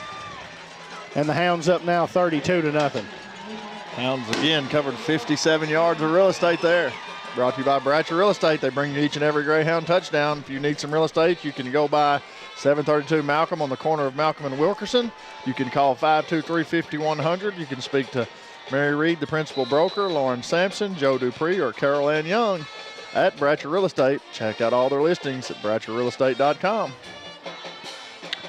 Hounds will line up and go for 2. Will we see the fullback dive again, guys? Maybe Greer on a toss. No, we go Sampson. Sampson, 2-point conversion is good. Hounds lead 34-0. And that's 4 points tonight for Luke. A couple of 2-point conversions. Well, that's with he 6. had a touch. Oh, that's right. He had a touchdown, He too. got 8. Yeah. Get 10. 10. Did he get 2 2-point conversions? Yes, I thought absolutely. one of them we had a penalty on. No, he got one. Okay. Well, he had another one, and then they called a Guys, penalty leave on the him. math into me. It's 10. It is 10. 6 plus 2 plus 2. Is that 10? Well, I had him down for 4. I forgot about it. Oh, looking over, he had an 8-yard touchdown run. Yeah. Boys, it's fun when you're ahead. It's fun when you're ahead.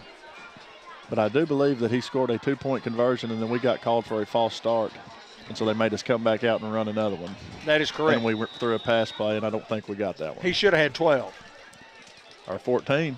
Another First Community Bank kickoff.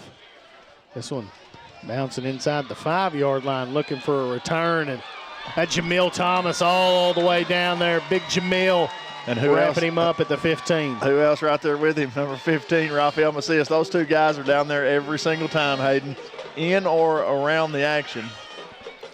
And special teams, guys, it's a huge part. It's a big phase that can be overlooked sometimes, but the Hounds have not done it tonight. Playing very, very well on special teams.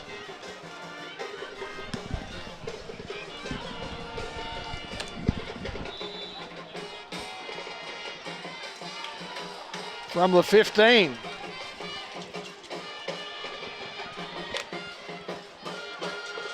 A little counter play here. Tough running. This ball looked like it might have came out. They're going to say Melbourne football. Have a flag over there. It's probably a sideline warning.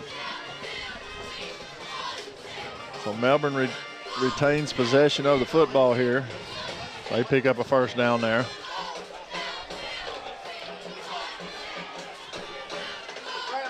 First and 10 now from the 30. Davion back out there.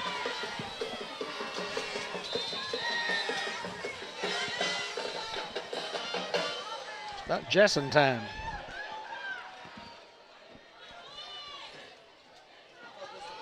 Quarterback looking to throw. He's going to air it out long. Tavares Hardaway there on coverage.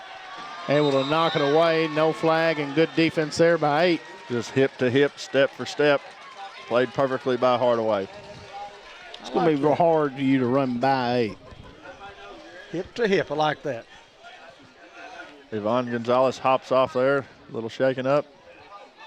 Jay Grady checking in. 2nd and 10 now.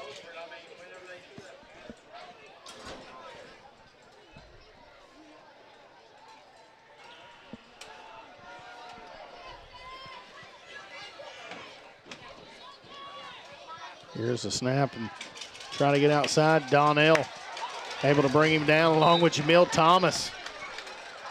Wrestling down near the 35. Now 3rd down and 5 here for Melbourne. Well, getting some different guys in. Obviously, Luke and Trey not out there.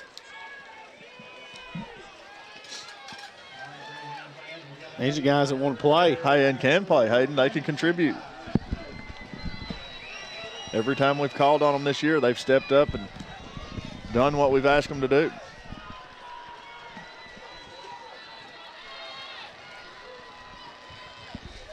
On 3rd and 5, fake. Cooper calls his own number. He has nowhere to go. And the host of Hounds there to wrap him up at the 37.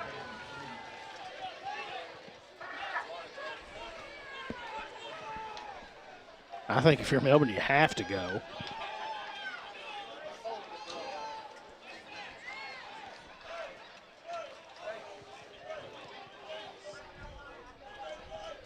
About 4th and 3 here.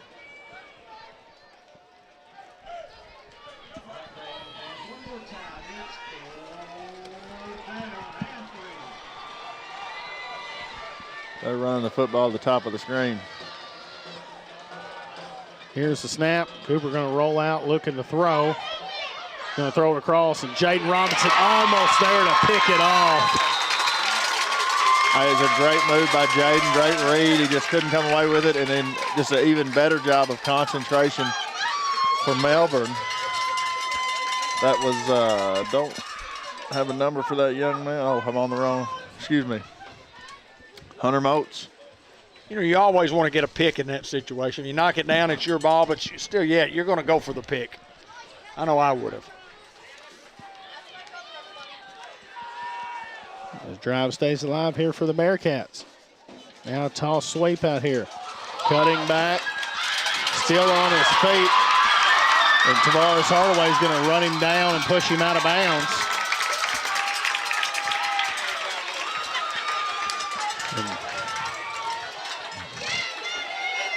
And Reynolds checking in along with Russell and Greer.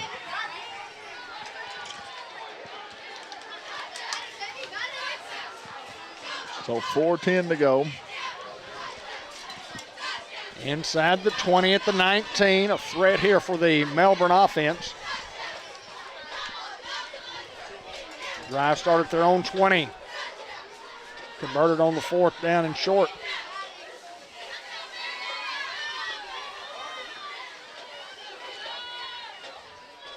Hand off inside, breaking free. Jaden Robinson going to be able to wrestle him down inside to the 2-yard line. Ivan Gonzalez checking in game for the Hounds.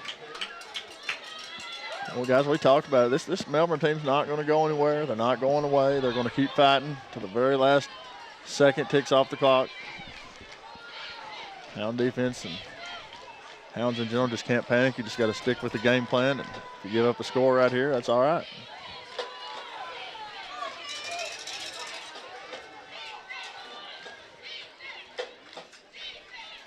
And give inside. Touchdown, Melbourne. Melbourne on the board for the first time tonight. With 3:35 left in the third quarter. They will line up and try for the extra point. 80-yard drive.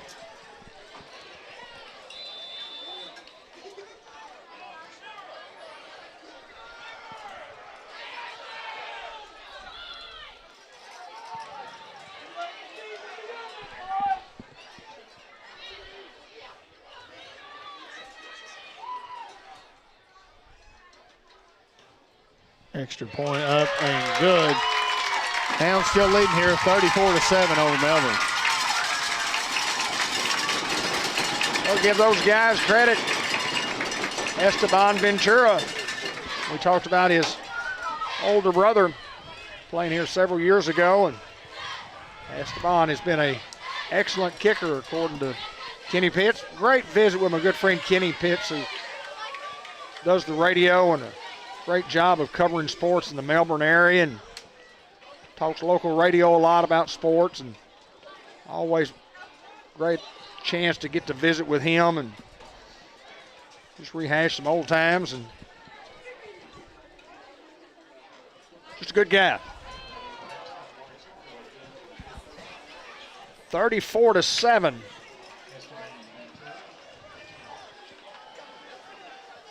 Got another onside kick coming up. We got a flag. Hounds are off sides. Standing on the 50-yard line. We're still standing on the 50-yard line. See our guy on the 50? Now he backs up a little bit. He was over the line. Well, there's not a line there, so it's kind of hard to tell, but if there's any question, you make sure you're a yard back. But he's up there trying to catch the ball if it's kicked to him, so honest mistake.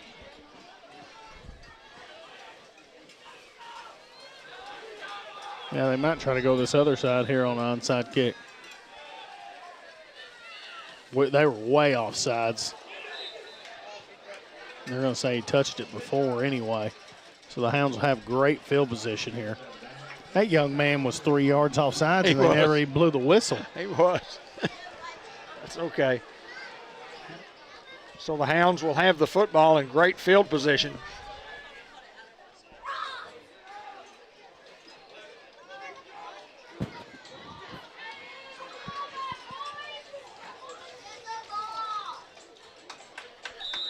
Leading 34-7.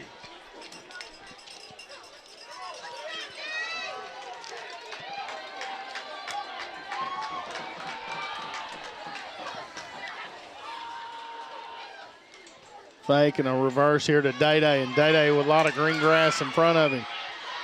Day-Day into Melbourne territory. Here comes a flag. More than likely a face mask here. Yeah, I see Day-Day digging his chin strap out of his nose.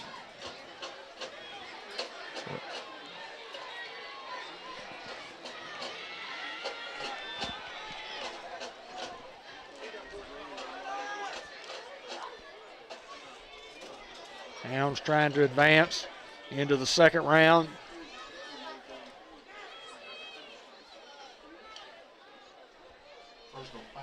Possibility of the Hounds do that, a possible rematch with the defending state champion Salem Greyhounds. It's a big one there for the Hounds. Gets it down to the 34-yard line.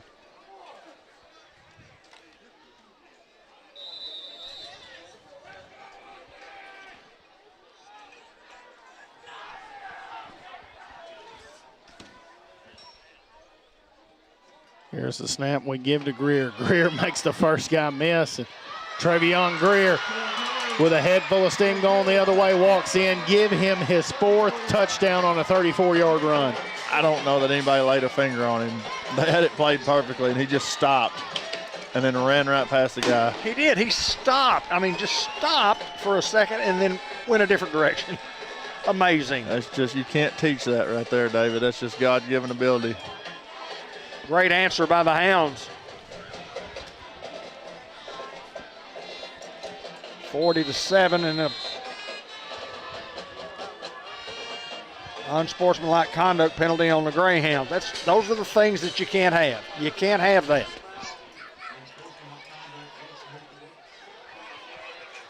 Especially when you're going for 2 and you have a chance to go up by 35 and roll the clock. Very, very, very selfish penalty by whoever was doing the mouthing. Very selfish.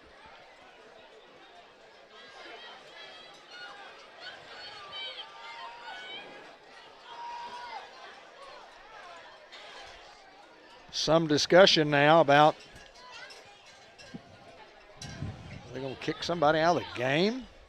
They've got their cards out. And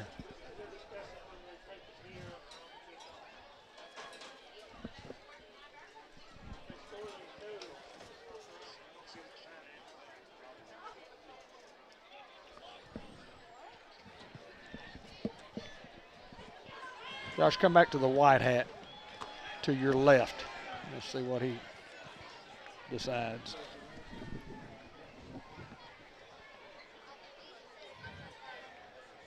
Unsportsmanlike on the Greyhounds. So instead of a... They're going to say enforced on the kickoff. I'll take it.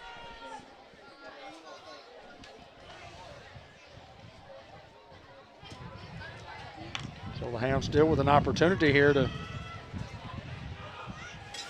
go up by 35. Give to Sampson, 2-point conversion, no good. And the Hounds still lead here 40-7. Josh's great camera work a while ago, and you were right there zoomed in on Coach Brian Reardon trying to get an explanation of what happened because he wanted an explanation. Just great camera work. In the John Minor press box, and Mr. Clay Kurtner, as always, up joining Josh on the platform that we call, just right outside the booth. 2-point conversion, no good.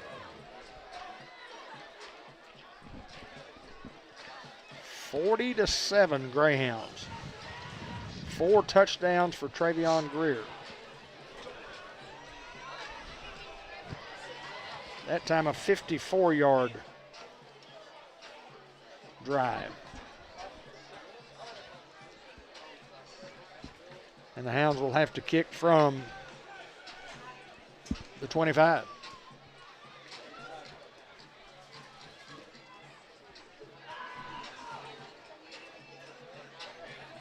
He's got 182 yards on just his touchdowns. It's another First Community Bank kickoff. Can be fielded around the 33-yard line. The young man still on his feet into Hound territory at the 49-yard line. Lane Stewart, along with Tavares Hardaway in on the stop. Cole Book out on the return. Very good run by him to get the Melbourne offense started inside Greyhound territory. Hounds want a timeout here. So what do you think this one's about? Attitude? effort? No, I don't think so. I think that you really express to these guys, listen, they've got nothing to lose. They're going to try to go score here. If we can get a stop and go score, we can have some of these guys not play a fourth quarter. Right. Which is crucial. I mean, you play 10 weeks and then have to go into week 11, and we're pretty healthy, top to bottom. Doesn't hurt to not have to play. I never thought that we would be up 40-7 with 3 minutes to go in the third quarter. No, I didn't either.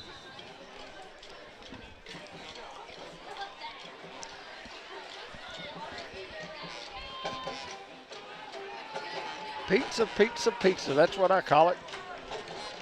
Salem up 42-7 at half now over Falk.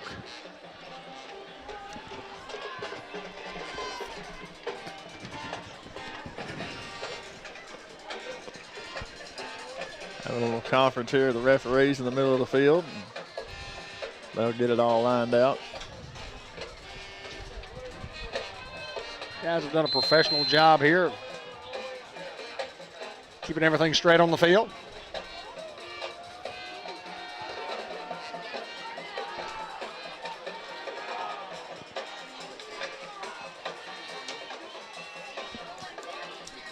Here's a snap. They're running a little counter play and a big run here.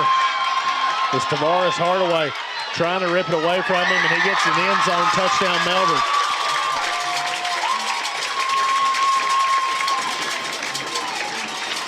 Just nothing fancy, just a straight dive play, and all effort there on the Melbourne Bearkatz. Well, Melbourne scored with 3:35 to go in the third. The Hounds scored with 3:03 to go in the third. And now, again, Melbourne scores with 2:48 to go. So 3 touchdowns in less than a minute. Extra point up and good.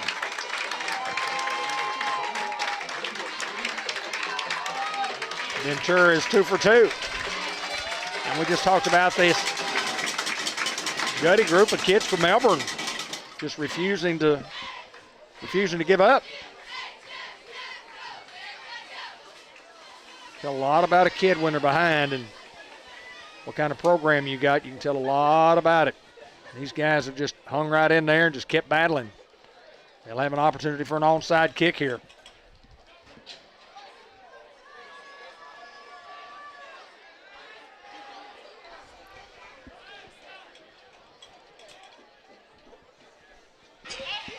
OCL up 56-22 in the third quarter over Cutter Morningstar. Not surprised by that. I liked Osa's chances. I like Walnut Ridge's chances. Kick it the other way this time. And it's going to go out of bounds. Hounds will have the football. The 49-yard line.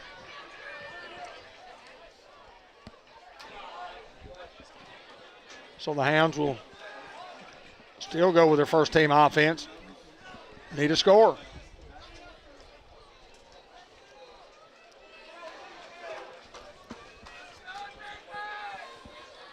Thank all of our great sponsors: George Kell Motor Company, Jackson's Funeral Home, Arkansas Steel Associates, White River Health,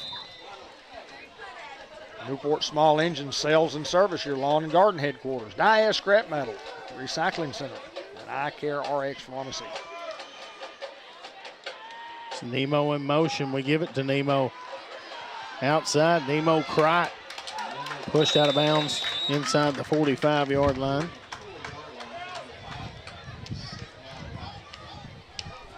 It's going to be a 5-yard gain there. Looks like maybe a 6-yard gain. Inside the 45 to the 44. What a beautiful night for football. It really cooled off after the almost 80-degree temperature this afternoon. And Walnut Ridge up 56-27 in the third quarter. And we give it to Luke Sampson. It barrels forward inside the 35-yard line. And a cramp for Luke.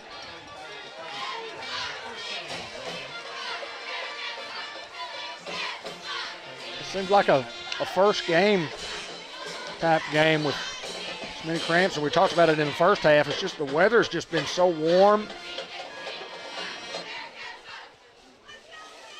Luke's good, he's up. Good burst of speed, Luke Sampson in the backfield running the football on that. Has a touchdown and 2 two-point conversions, or really 3 two-point conversions, but only 2 that counted. So instead of 12, he's got 10 on the night.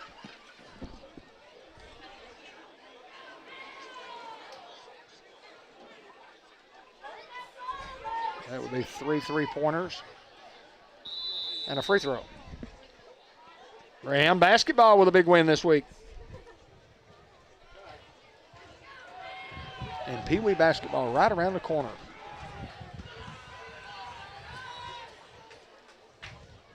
Fake, Reynolds looking to throw under pressure. Now Reynolds just going to run smartly out of bounds here.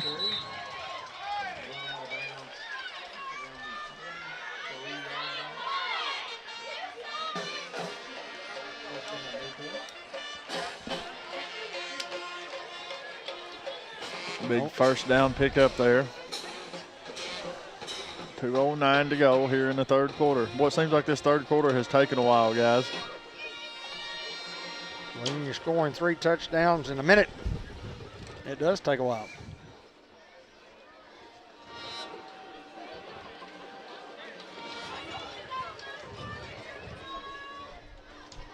Another Newport small engine first down, and we give it to Day-Day. On a little jet sweep, we have a flag, so this one's probably coming back as Day-Day pushed out of bounds at the 5-yard line. Day-Day still was not tackled, Hayden. He just got pushed out of bounds. I think they're going to get Samaj, who came in to play tight end. Made a great block, but didn't let go soon enough, so. They'll mark it off from the 21-yard line. I think the officials have done a fair job. I've seen several holding calls or holding plays that they could have called holding on both teams that they didn't call. I think these guys done a pretty good job.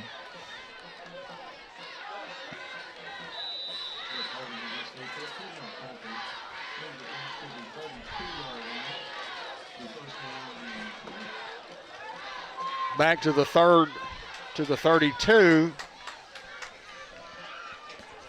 So it's going to be first down and 20. David said from the 32. Throwing out wide to Nemo.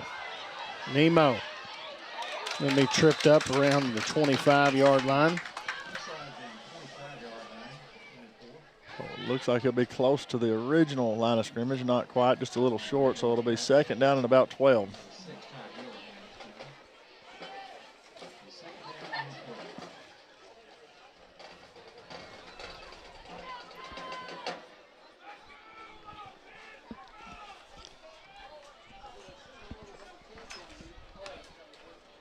Hounds trying to convert after Melbourne tried an onside kick again. Reynolds snaps. Throwing out wide to Hardaway. This time Melbourne all over it for a loss.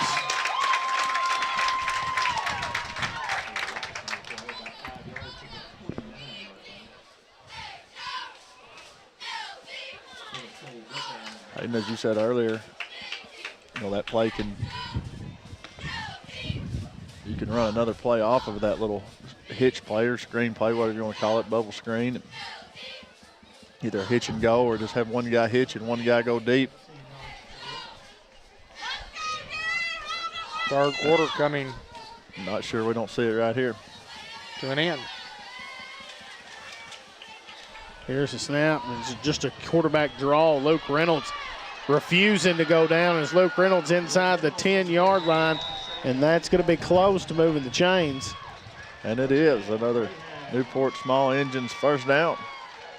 That's going to end the third quarter. Hounds leading here 40-14. We'll take this time to hear from our sponsors.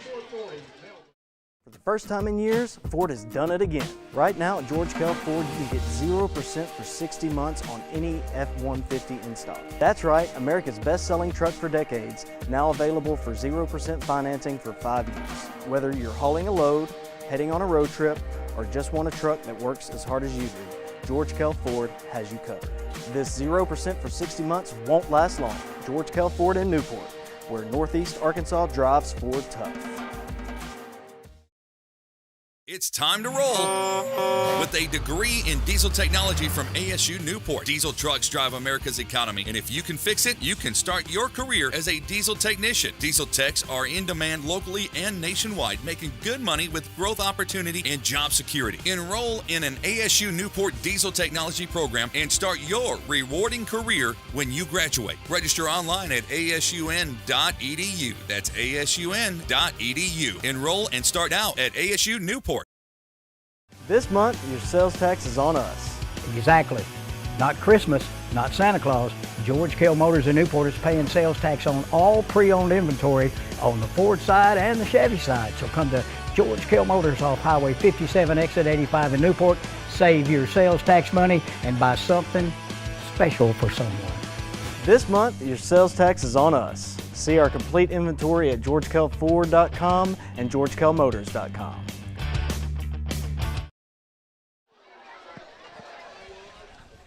First and goal from the 9 here. Snap, and they give to Nemo on the fullback dive. Nemo walks in, and the Hounds go get another 6. So we'll await this 2-point conversion.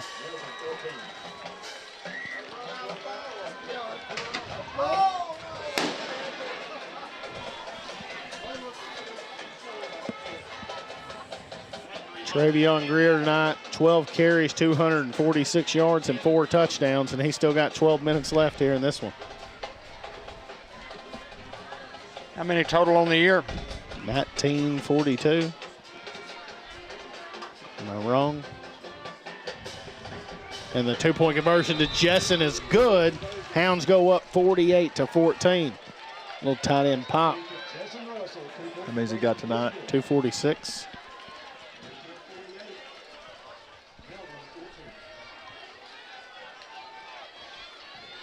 He has 1,942 yards right now. I think that's what I said. It was. I know that's what I said. I was looking at where I wrote it. I thought you said 1937. Okay. Well, the reason we're kind of going over that is the 2,000-yard threshold. There's only 4 running backs ever done that in Newport Greyhound history. One of them did it twice. And those are? We'll get that right after this first Community Bank kickoff.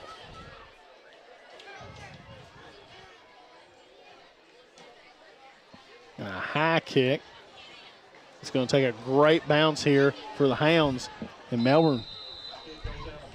And we'll let it go out of bounds. Very smart by Melbourne to let that ball go out of bounds. It's going to gain about 20 yards, 25 yards of field position. Yeah, that thing takes one bounce the wrong way, though, and the Hounds are on top of it. Billy Warren did it twice. Y'all name the other 3? Fred Brown. Fred Brown's one. Hakeem Doss. Hakeem Doss is one. Quentin Alcorn. Quentin Alcorn's the other. It would actually be in order: Fred, Quentin, and then Bubba Doss. Well, let me assure you, Bubba Doss knows who they are. So does Fred and Quentin. Fake. Cooper throws out the flat, got a man wide open there. There's a big lick by Jamil Thomas. Jamil again, man. He just seems to be everywhere tonight on that defensive side of the ball and on special teams. Coming downhill, 4. Hitting you, baby. 11:40 clock moving here in the fourth quarter. Hounds up 48-14 over Melbourne.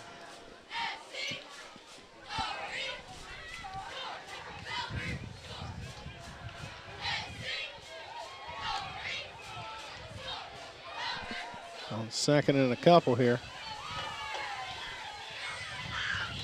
Give inside. swallowed up. And they're going to say he gets over the 45 to the 46, and that's enough to move the chains.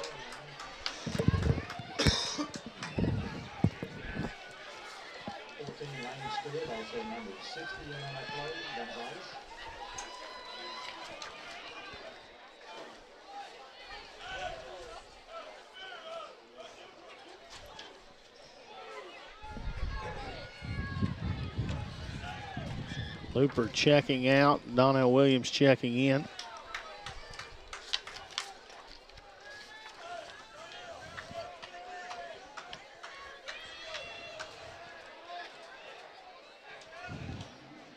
Here's the snap. Cooper looking to throw out in the flats. Donnell Williams immediately there to bring him down at midfield. Good tackle there by Donnell.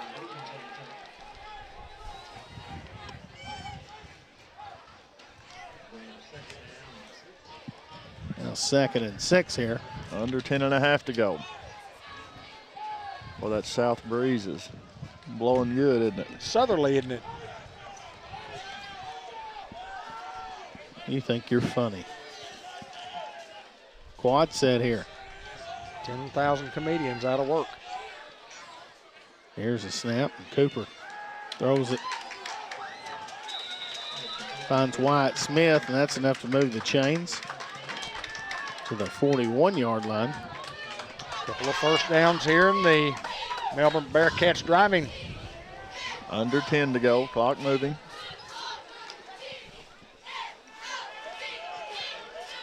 Hi, Michael Nelson. Hi, Ann Hearn. Grady Hi, Mary checking Hughes. in for Jackson. Empty backfield again. Cooper throwing it out quick, and Jaden Robinson there. Knock it free. And 2nd and 10. So clock will stop with 9:34 to go.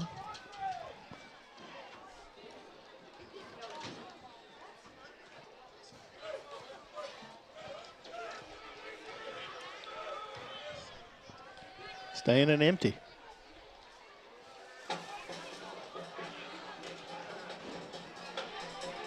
Here comes motion fake. Quarterback calling his own number, and a good move here is Jamil Thomas there to wrestle him down, but not before they get another first down. I knew it was coming when they went to the quad set. You're just too vulnerable, and it's too hard to cover if you don't have a guy spying on that quarterback. You just run everybody off, and he's just got to find a seam.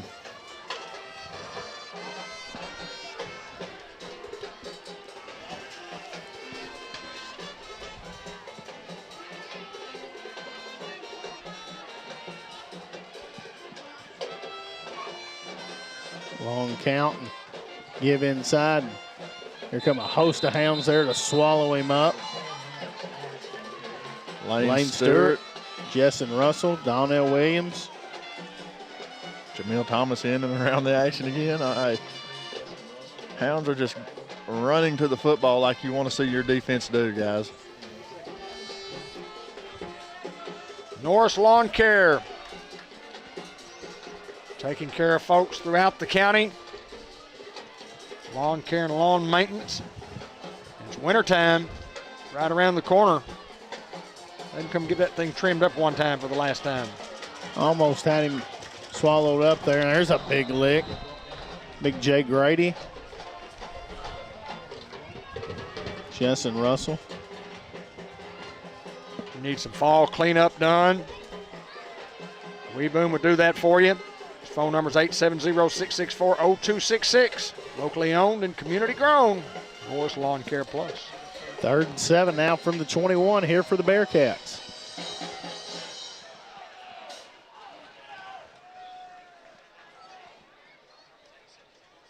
Here's the snap. Cooper looking to throw, goes over the middle of the field and just overthrown. Incomplete now, 4th down and 7. Jessen going to get a breather. Nemo Crack going to check in for him. Well, Jessen Russell has just had an outstanding night tonight.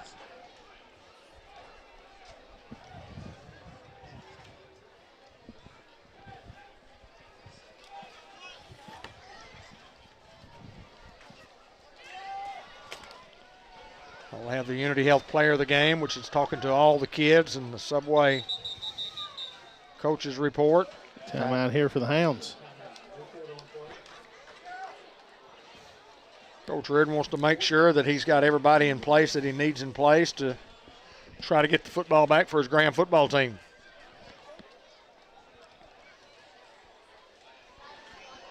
It is slowed somewhat.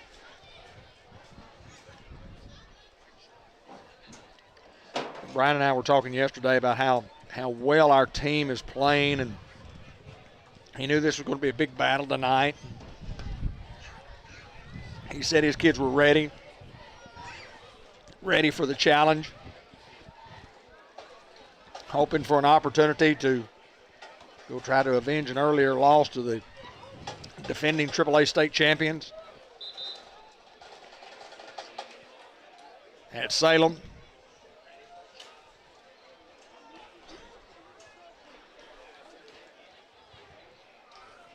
And you never know. This is a completely different football team than what we were the first 3-4 football games of the year. Completely different on both sides of the ball.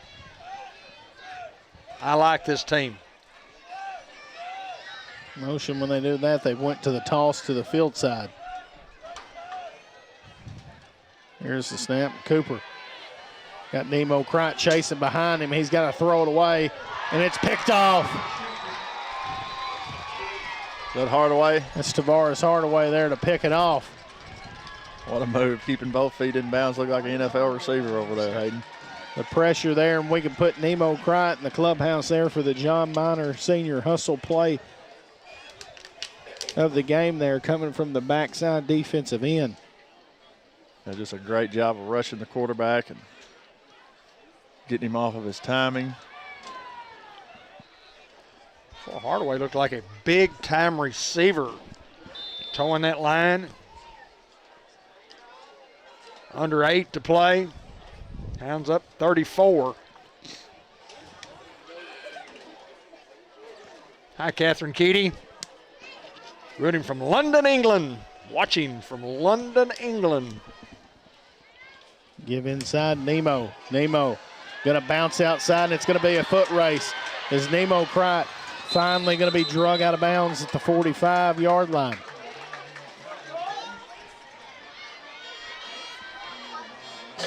Nemo shows off the speed again there offensively. Clock will stop at 7:46. Hounds lead by 34 here.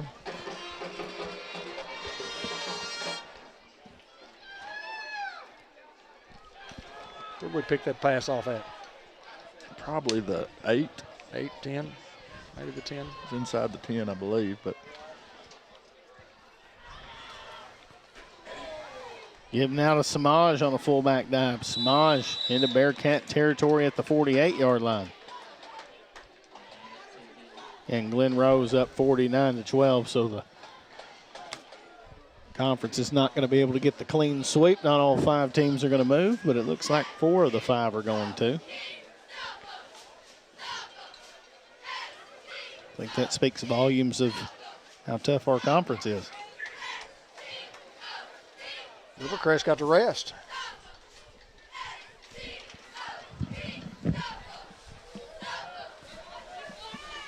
Hounds just using the clock and fumble the football. Ball on the ground. It looks like Reynolds was able to jump on it.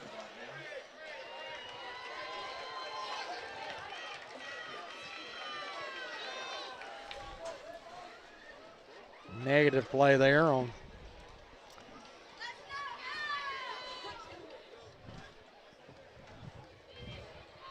luckily we fumbled it forward. yeah, positive really. Smosh checking in, Crite checking out. Hounds using clock here, using the game clock and the play clock as much as possible. We give it to 10 right here. He might go to the Casa. Very well could. And just quarterback sneak here with Luke Reynolds able to move the chains inside the 45 to the 44. And that's another Newport Small Engine Sales and Service. First down for the Newport Greyhounds. James Langston and his crew at 2904 Stowe Road. You can check us out on Facebook if you need to know about us. Do some business with a local family-owned and operated company. Newport Small Engine Sales and Service. Jackson's Funeral Home will bring you the post-game report coming up here in just a little bit. We'll have to head down momentarily. Give to Greer, and Greer swallowed up for a loss back at the 46-yard line. I'm headed that way.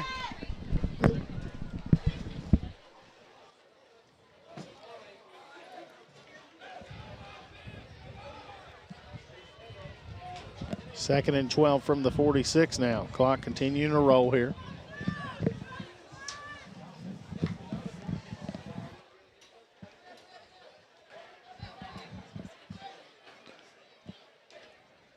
Hardaway, there we go. A little off. Bobbled snap. Melbourne's got the football.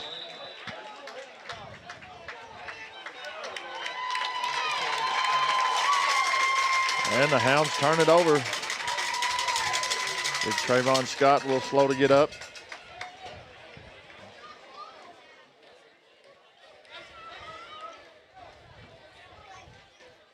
So Hayden, what's Coach from Melbourne telling them right now? Well, I mean, obviously it's going to be very hard for a comeback here. But just don't quit. I don't think we're going to see any quits. You see empty backfield here. I mean,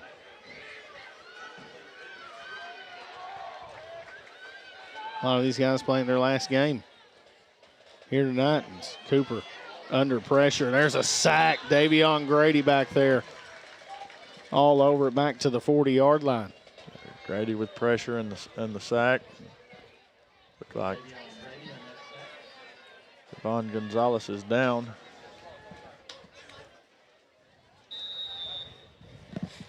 We'll take a quick injury timeout.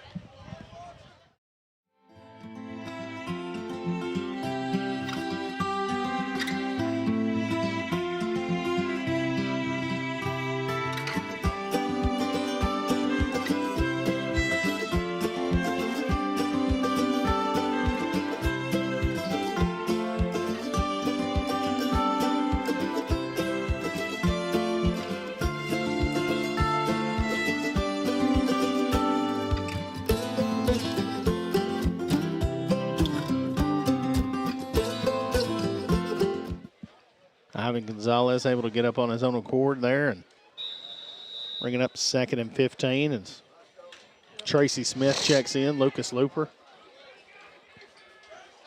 Lane Stewart out there as well.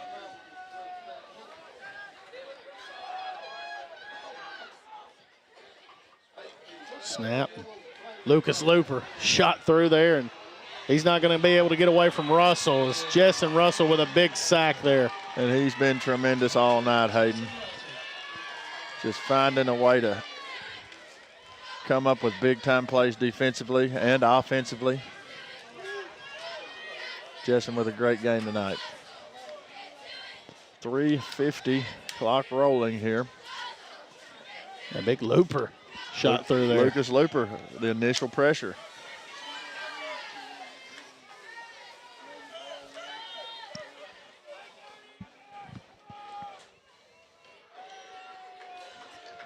Third and 30. Quarterback looking to throw. He's going to throw the little screen pass out here wide. Yeah, good open field tackle there. It's Donnell Williams. Now 4th down and very long.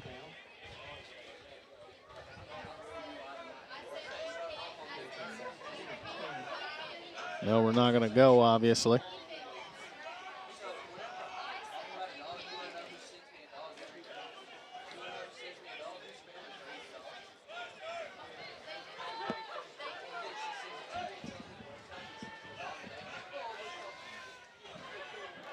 Fourth and 22, maybe. Quarterback looking to throw. He's just going to heave this as long as he can. And picked off. Donnell Williams there to pick it off for the Hounds. 16, baby. 16, that's a heck of a pick there. I know you don't think about it in the moment. You just catch the football because that's your job. But if you happen to drop that football, Hounds will have a turnover down here inside the Bearcat territory. But I like it. Love the pick. Yeah, catch the football. Absolutely. Good job, Donnell. Up 48-14, catch the pick. 14-14, you slap that thing in the ground. Atta boy, 1-6. 2:43 remaining. Dave already itching it, telling us he's ready to go on. He's really not, Ben, but I can imagine he's down there just itching. Oh, he's ready to go on. It's what he looks forward to. That's his favorite thing to do for sure. And give to Jamil Thomas. As Thomas is wrapped up in line of scrimmage, maybe even a loss. Oh, you're right, Hayden. He loves to do it, and he loves to visit with the kids, and he's always been that way as long as I've known him.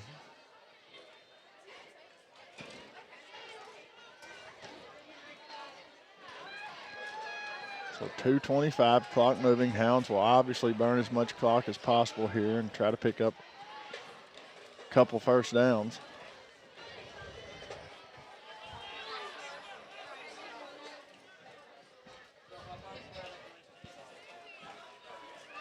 Motion and give to Day-Day on a little jet sweep as Day-Day. Good move here by Day-Day. Stays on his feet up to the 47-yard line, and that's another Newport small engine first down. Great run by Day-Day, but Tavares Hardaway out here just throws his hands up, but still positions himself in a good spot to put himself in between a defender and the football. Allows Day-Day to make a move and get a little extra there. So 1:45, clock rolling here. Hounds can sit on it if they want.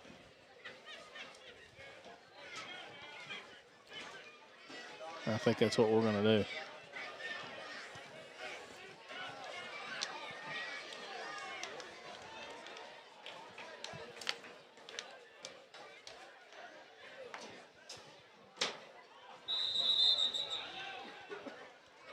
The Hounds take a knee, and we'll have to take one more.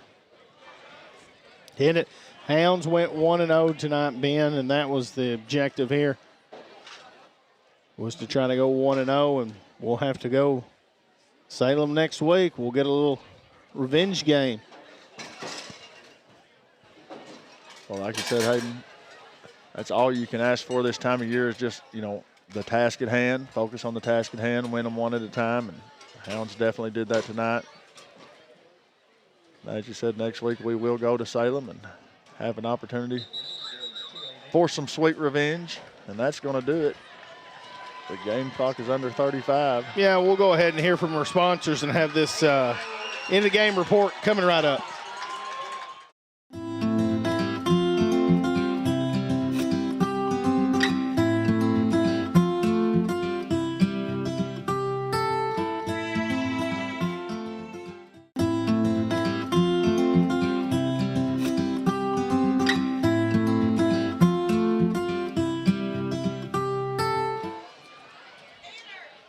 The M&P Bank halftime, or excuse me, the in-the-game report. Hounds win here 48-14.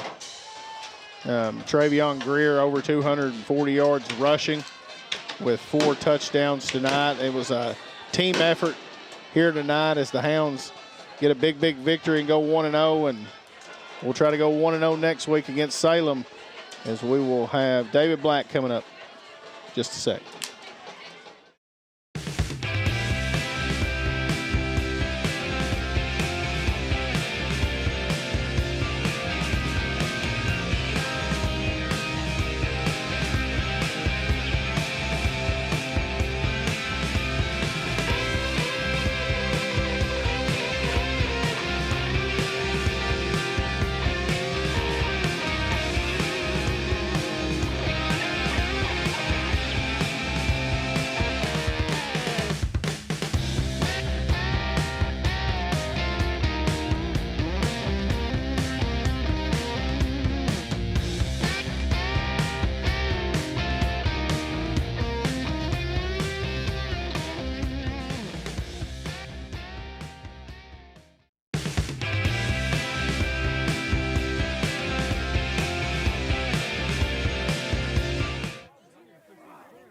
Hounds win it 48-14, and we've got a great group of Greyhounds right here.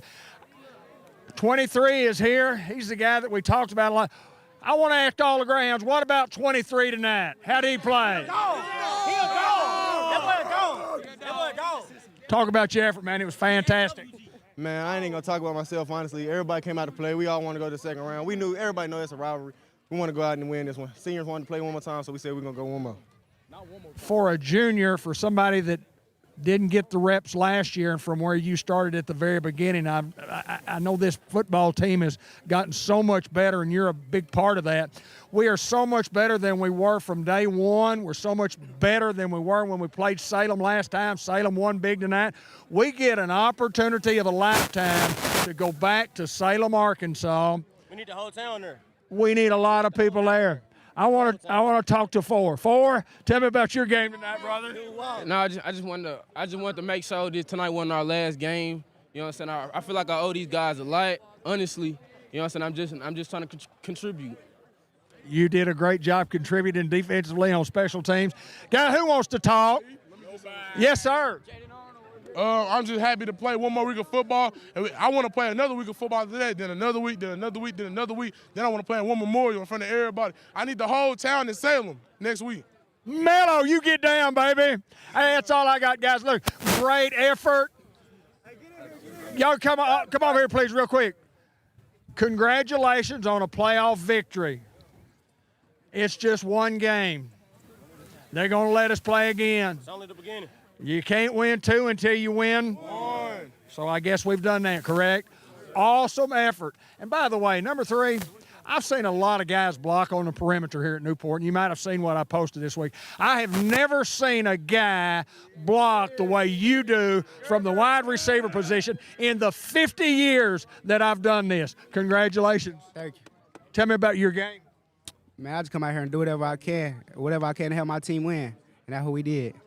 Anybody else want to say anything real quick? We've got to get out of here. We've got to get some rest this weekend. Got to get to work. 20 may hit somebody. Better watch out, 20. You better watch out. I'm looking at. Anybody else want to say anything real quick? Right here. Okay, Nemo. Wait, Nemo wants to say one thing. Hey, we rewrite them, real talk. We rewrite them. Let's keep going. We rewrite them. Here we go, right here. Great job, guys. We appreciate it. We'll get Coach Reardon in here. Awesome. Survive and advance, baby. Survive and advance. Coach Brian Reardon, 48-14, and in all fairness, a dominating effort by the Newport Greyhounds. We are playing at a high level of football. Yes, sir. I mean, again, I'm not real happy with the penalties and some of the sloppiness that put us in a bind and kept us from getting the clock rolling, and could have got some other guys in the game. So I was a little disappointed in that, but I always enjoy a win, especially in the playoffs. We get to hang out with these guys another week and have a little fun. And I'm assuming we get to see Salem. Is that right? Yes, sir. Okay, I figured it was. So, hey, we've been waiting on this rematch all year. You know, we handled our business tonight. All aspects of the game, I thought were solid as heck. We got a little laxed on defense there in the second half, but I think we're gonna clean that up and be fine. We had a couple of big stops there in the first half that really got the momentum going our way. And when we're playing at this level right now, we're going to be difficult to beat. But, hey, we've got a tremendous challenge, but we'll look at that next week. I mean, it's the Salem Greyhounds that are the defending state champions. My hat's off to Melbourne. Melbourne stayed in the game and continued to play hard. We didn't expect anything different. They're a very physical team. They got a lot of grit. They're very competitive in everything they do, and their athletic programs are successful because of that. They were a little young, and we knew that. It gave us a hard time for a while, and kept trying to get that knockout punch, and they wouldn't let us do it. So, hey, hats off to them, man. Again, we're just going to enjoy this W, and probably watching some Salem film real soon. I bet you will, tonight. But anyway, I'm going to let you go because you need to get with your team. You need to talk with Charles McCrary over at Channel 8. I guarantee you. We'll let you go. And as always, go Hounds.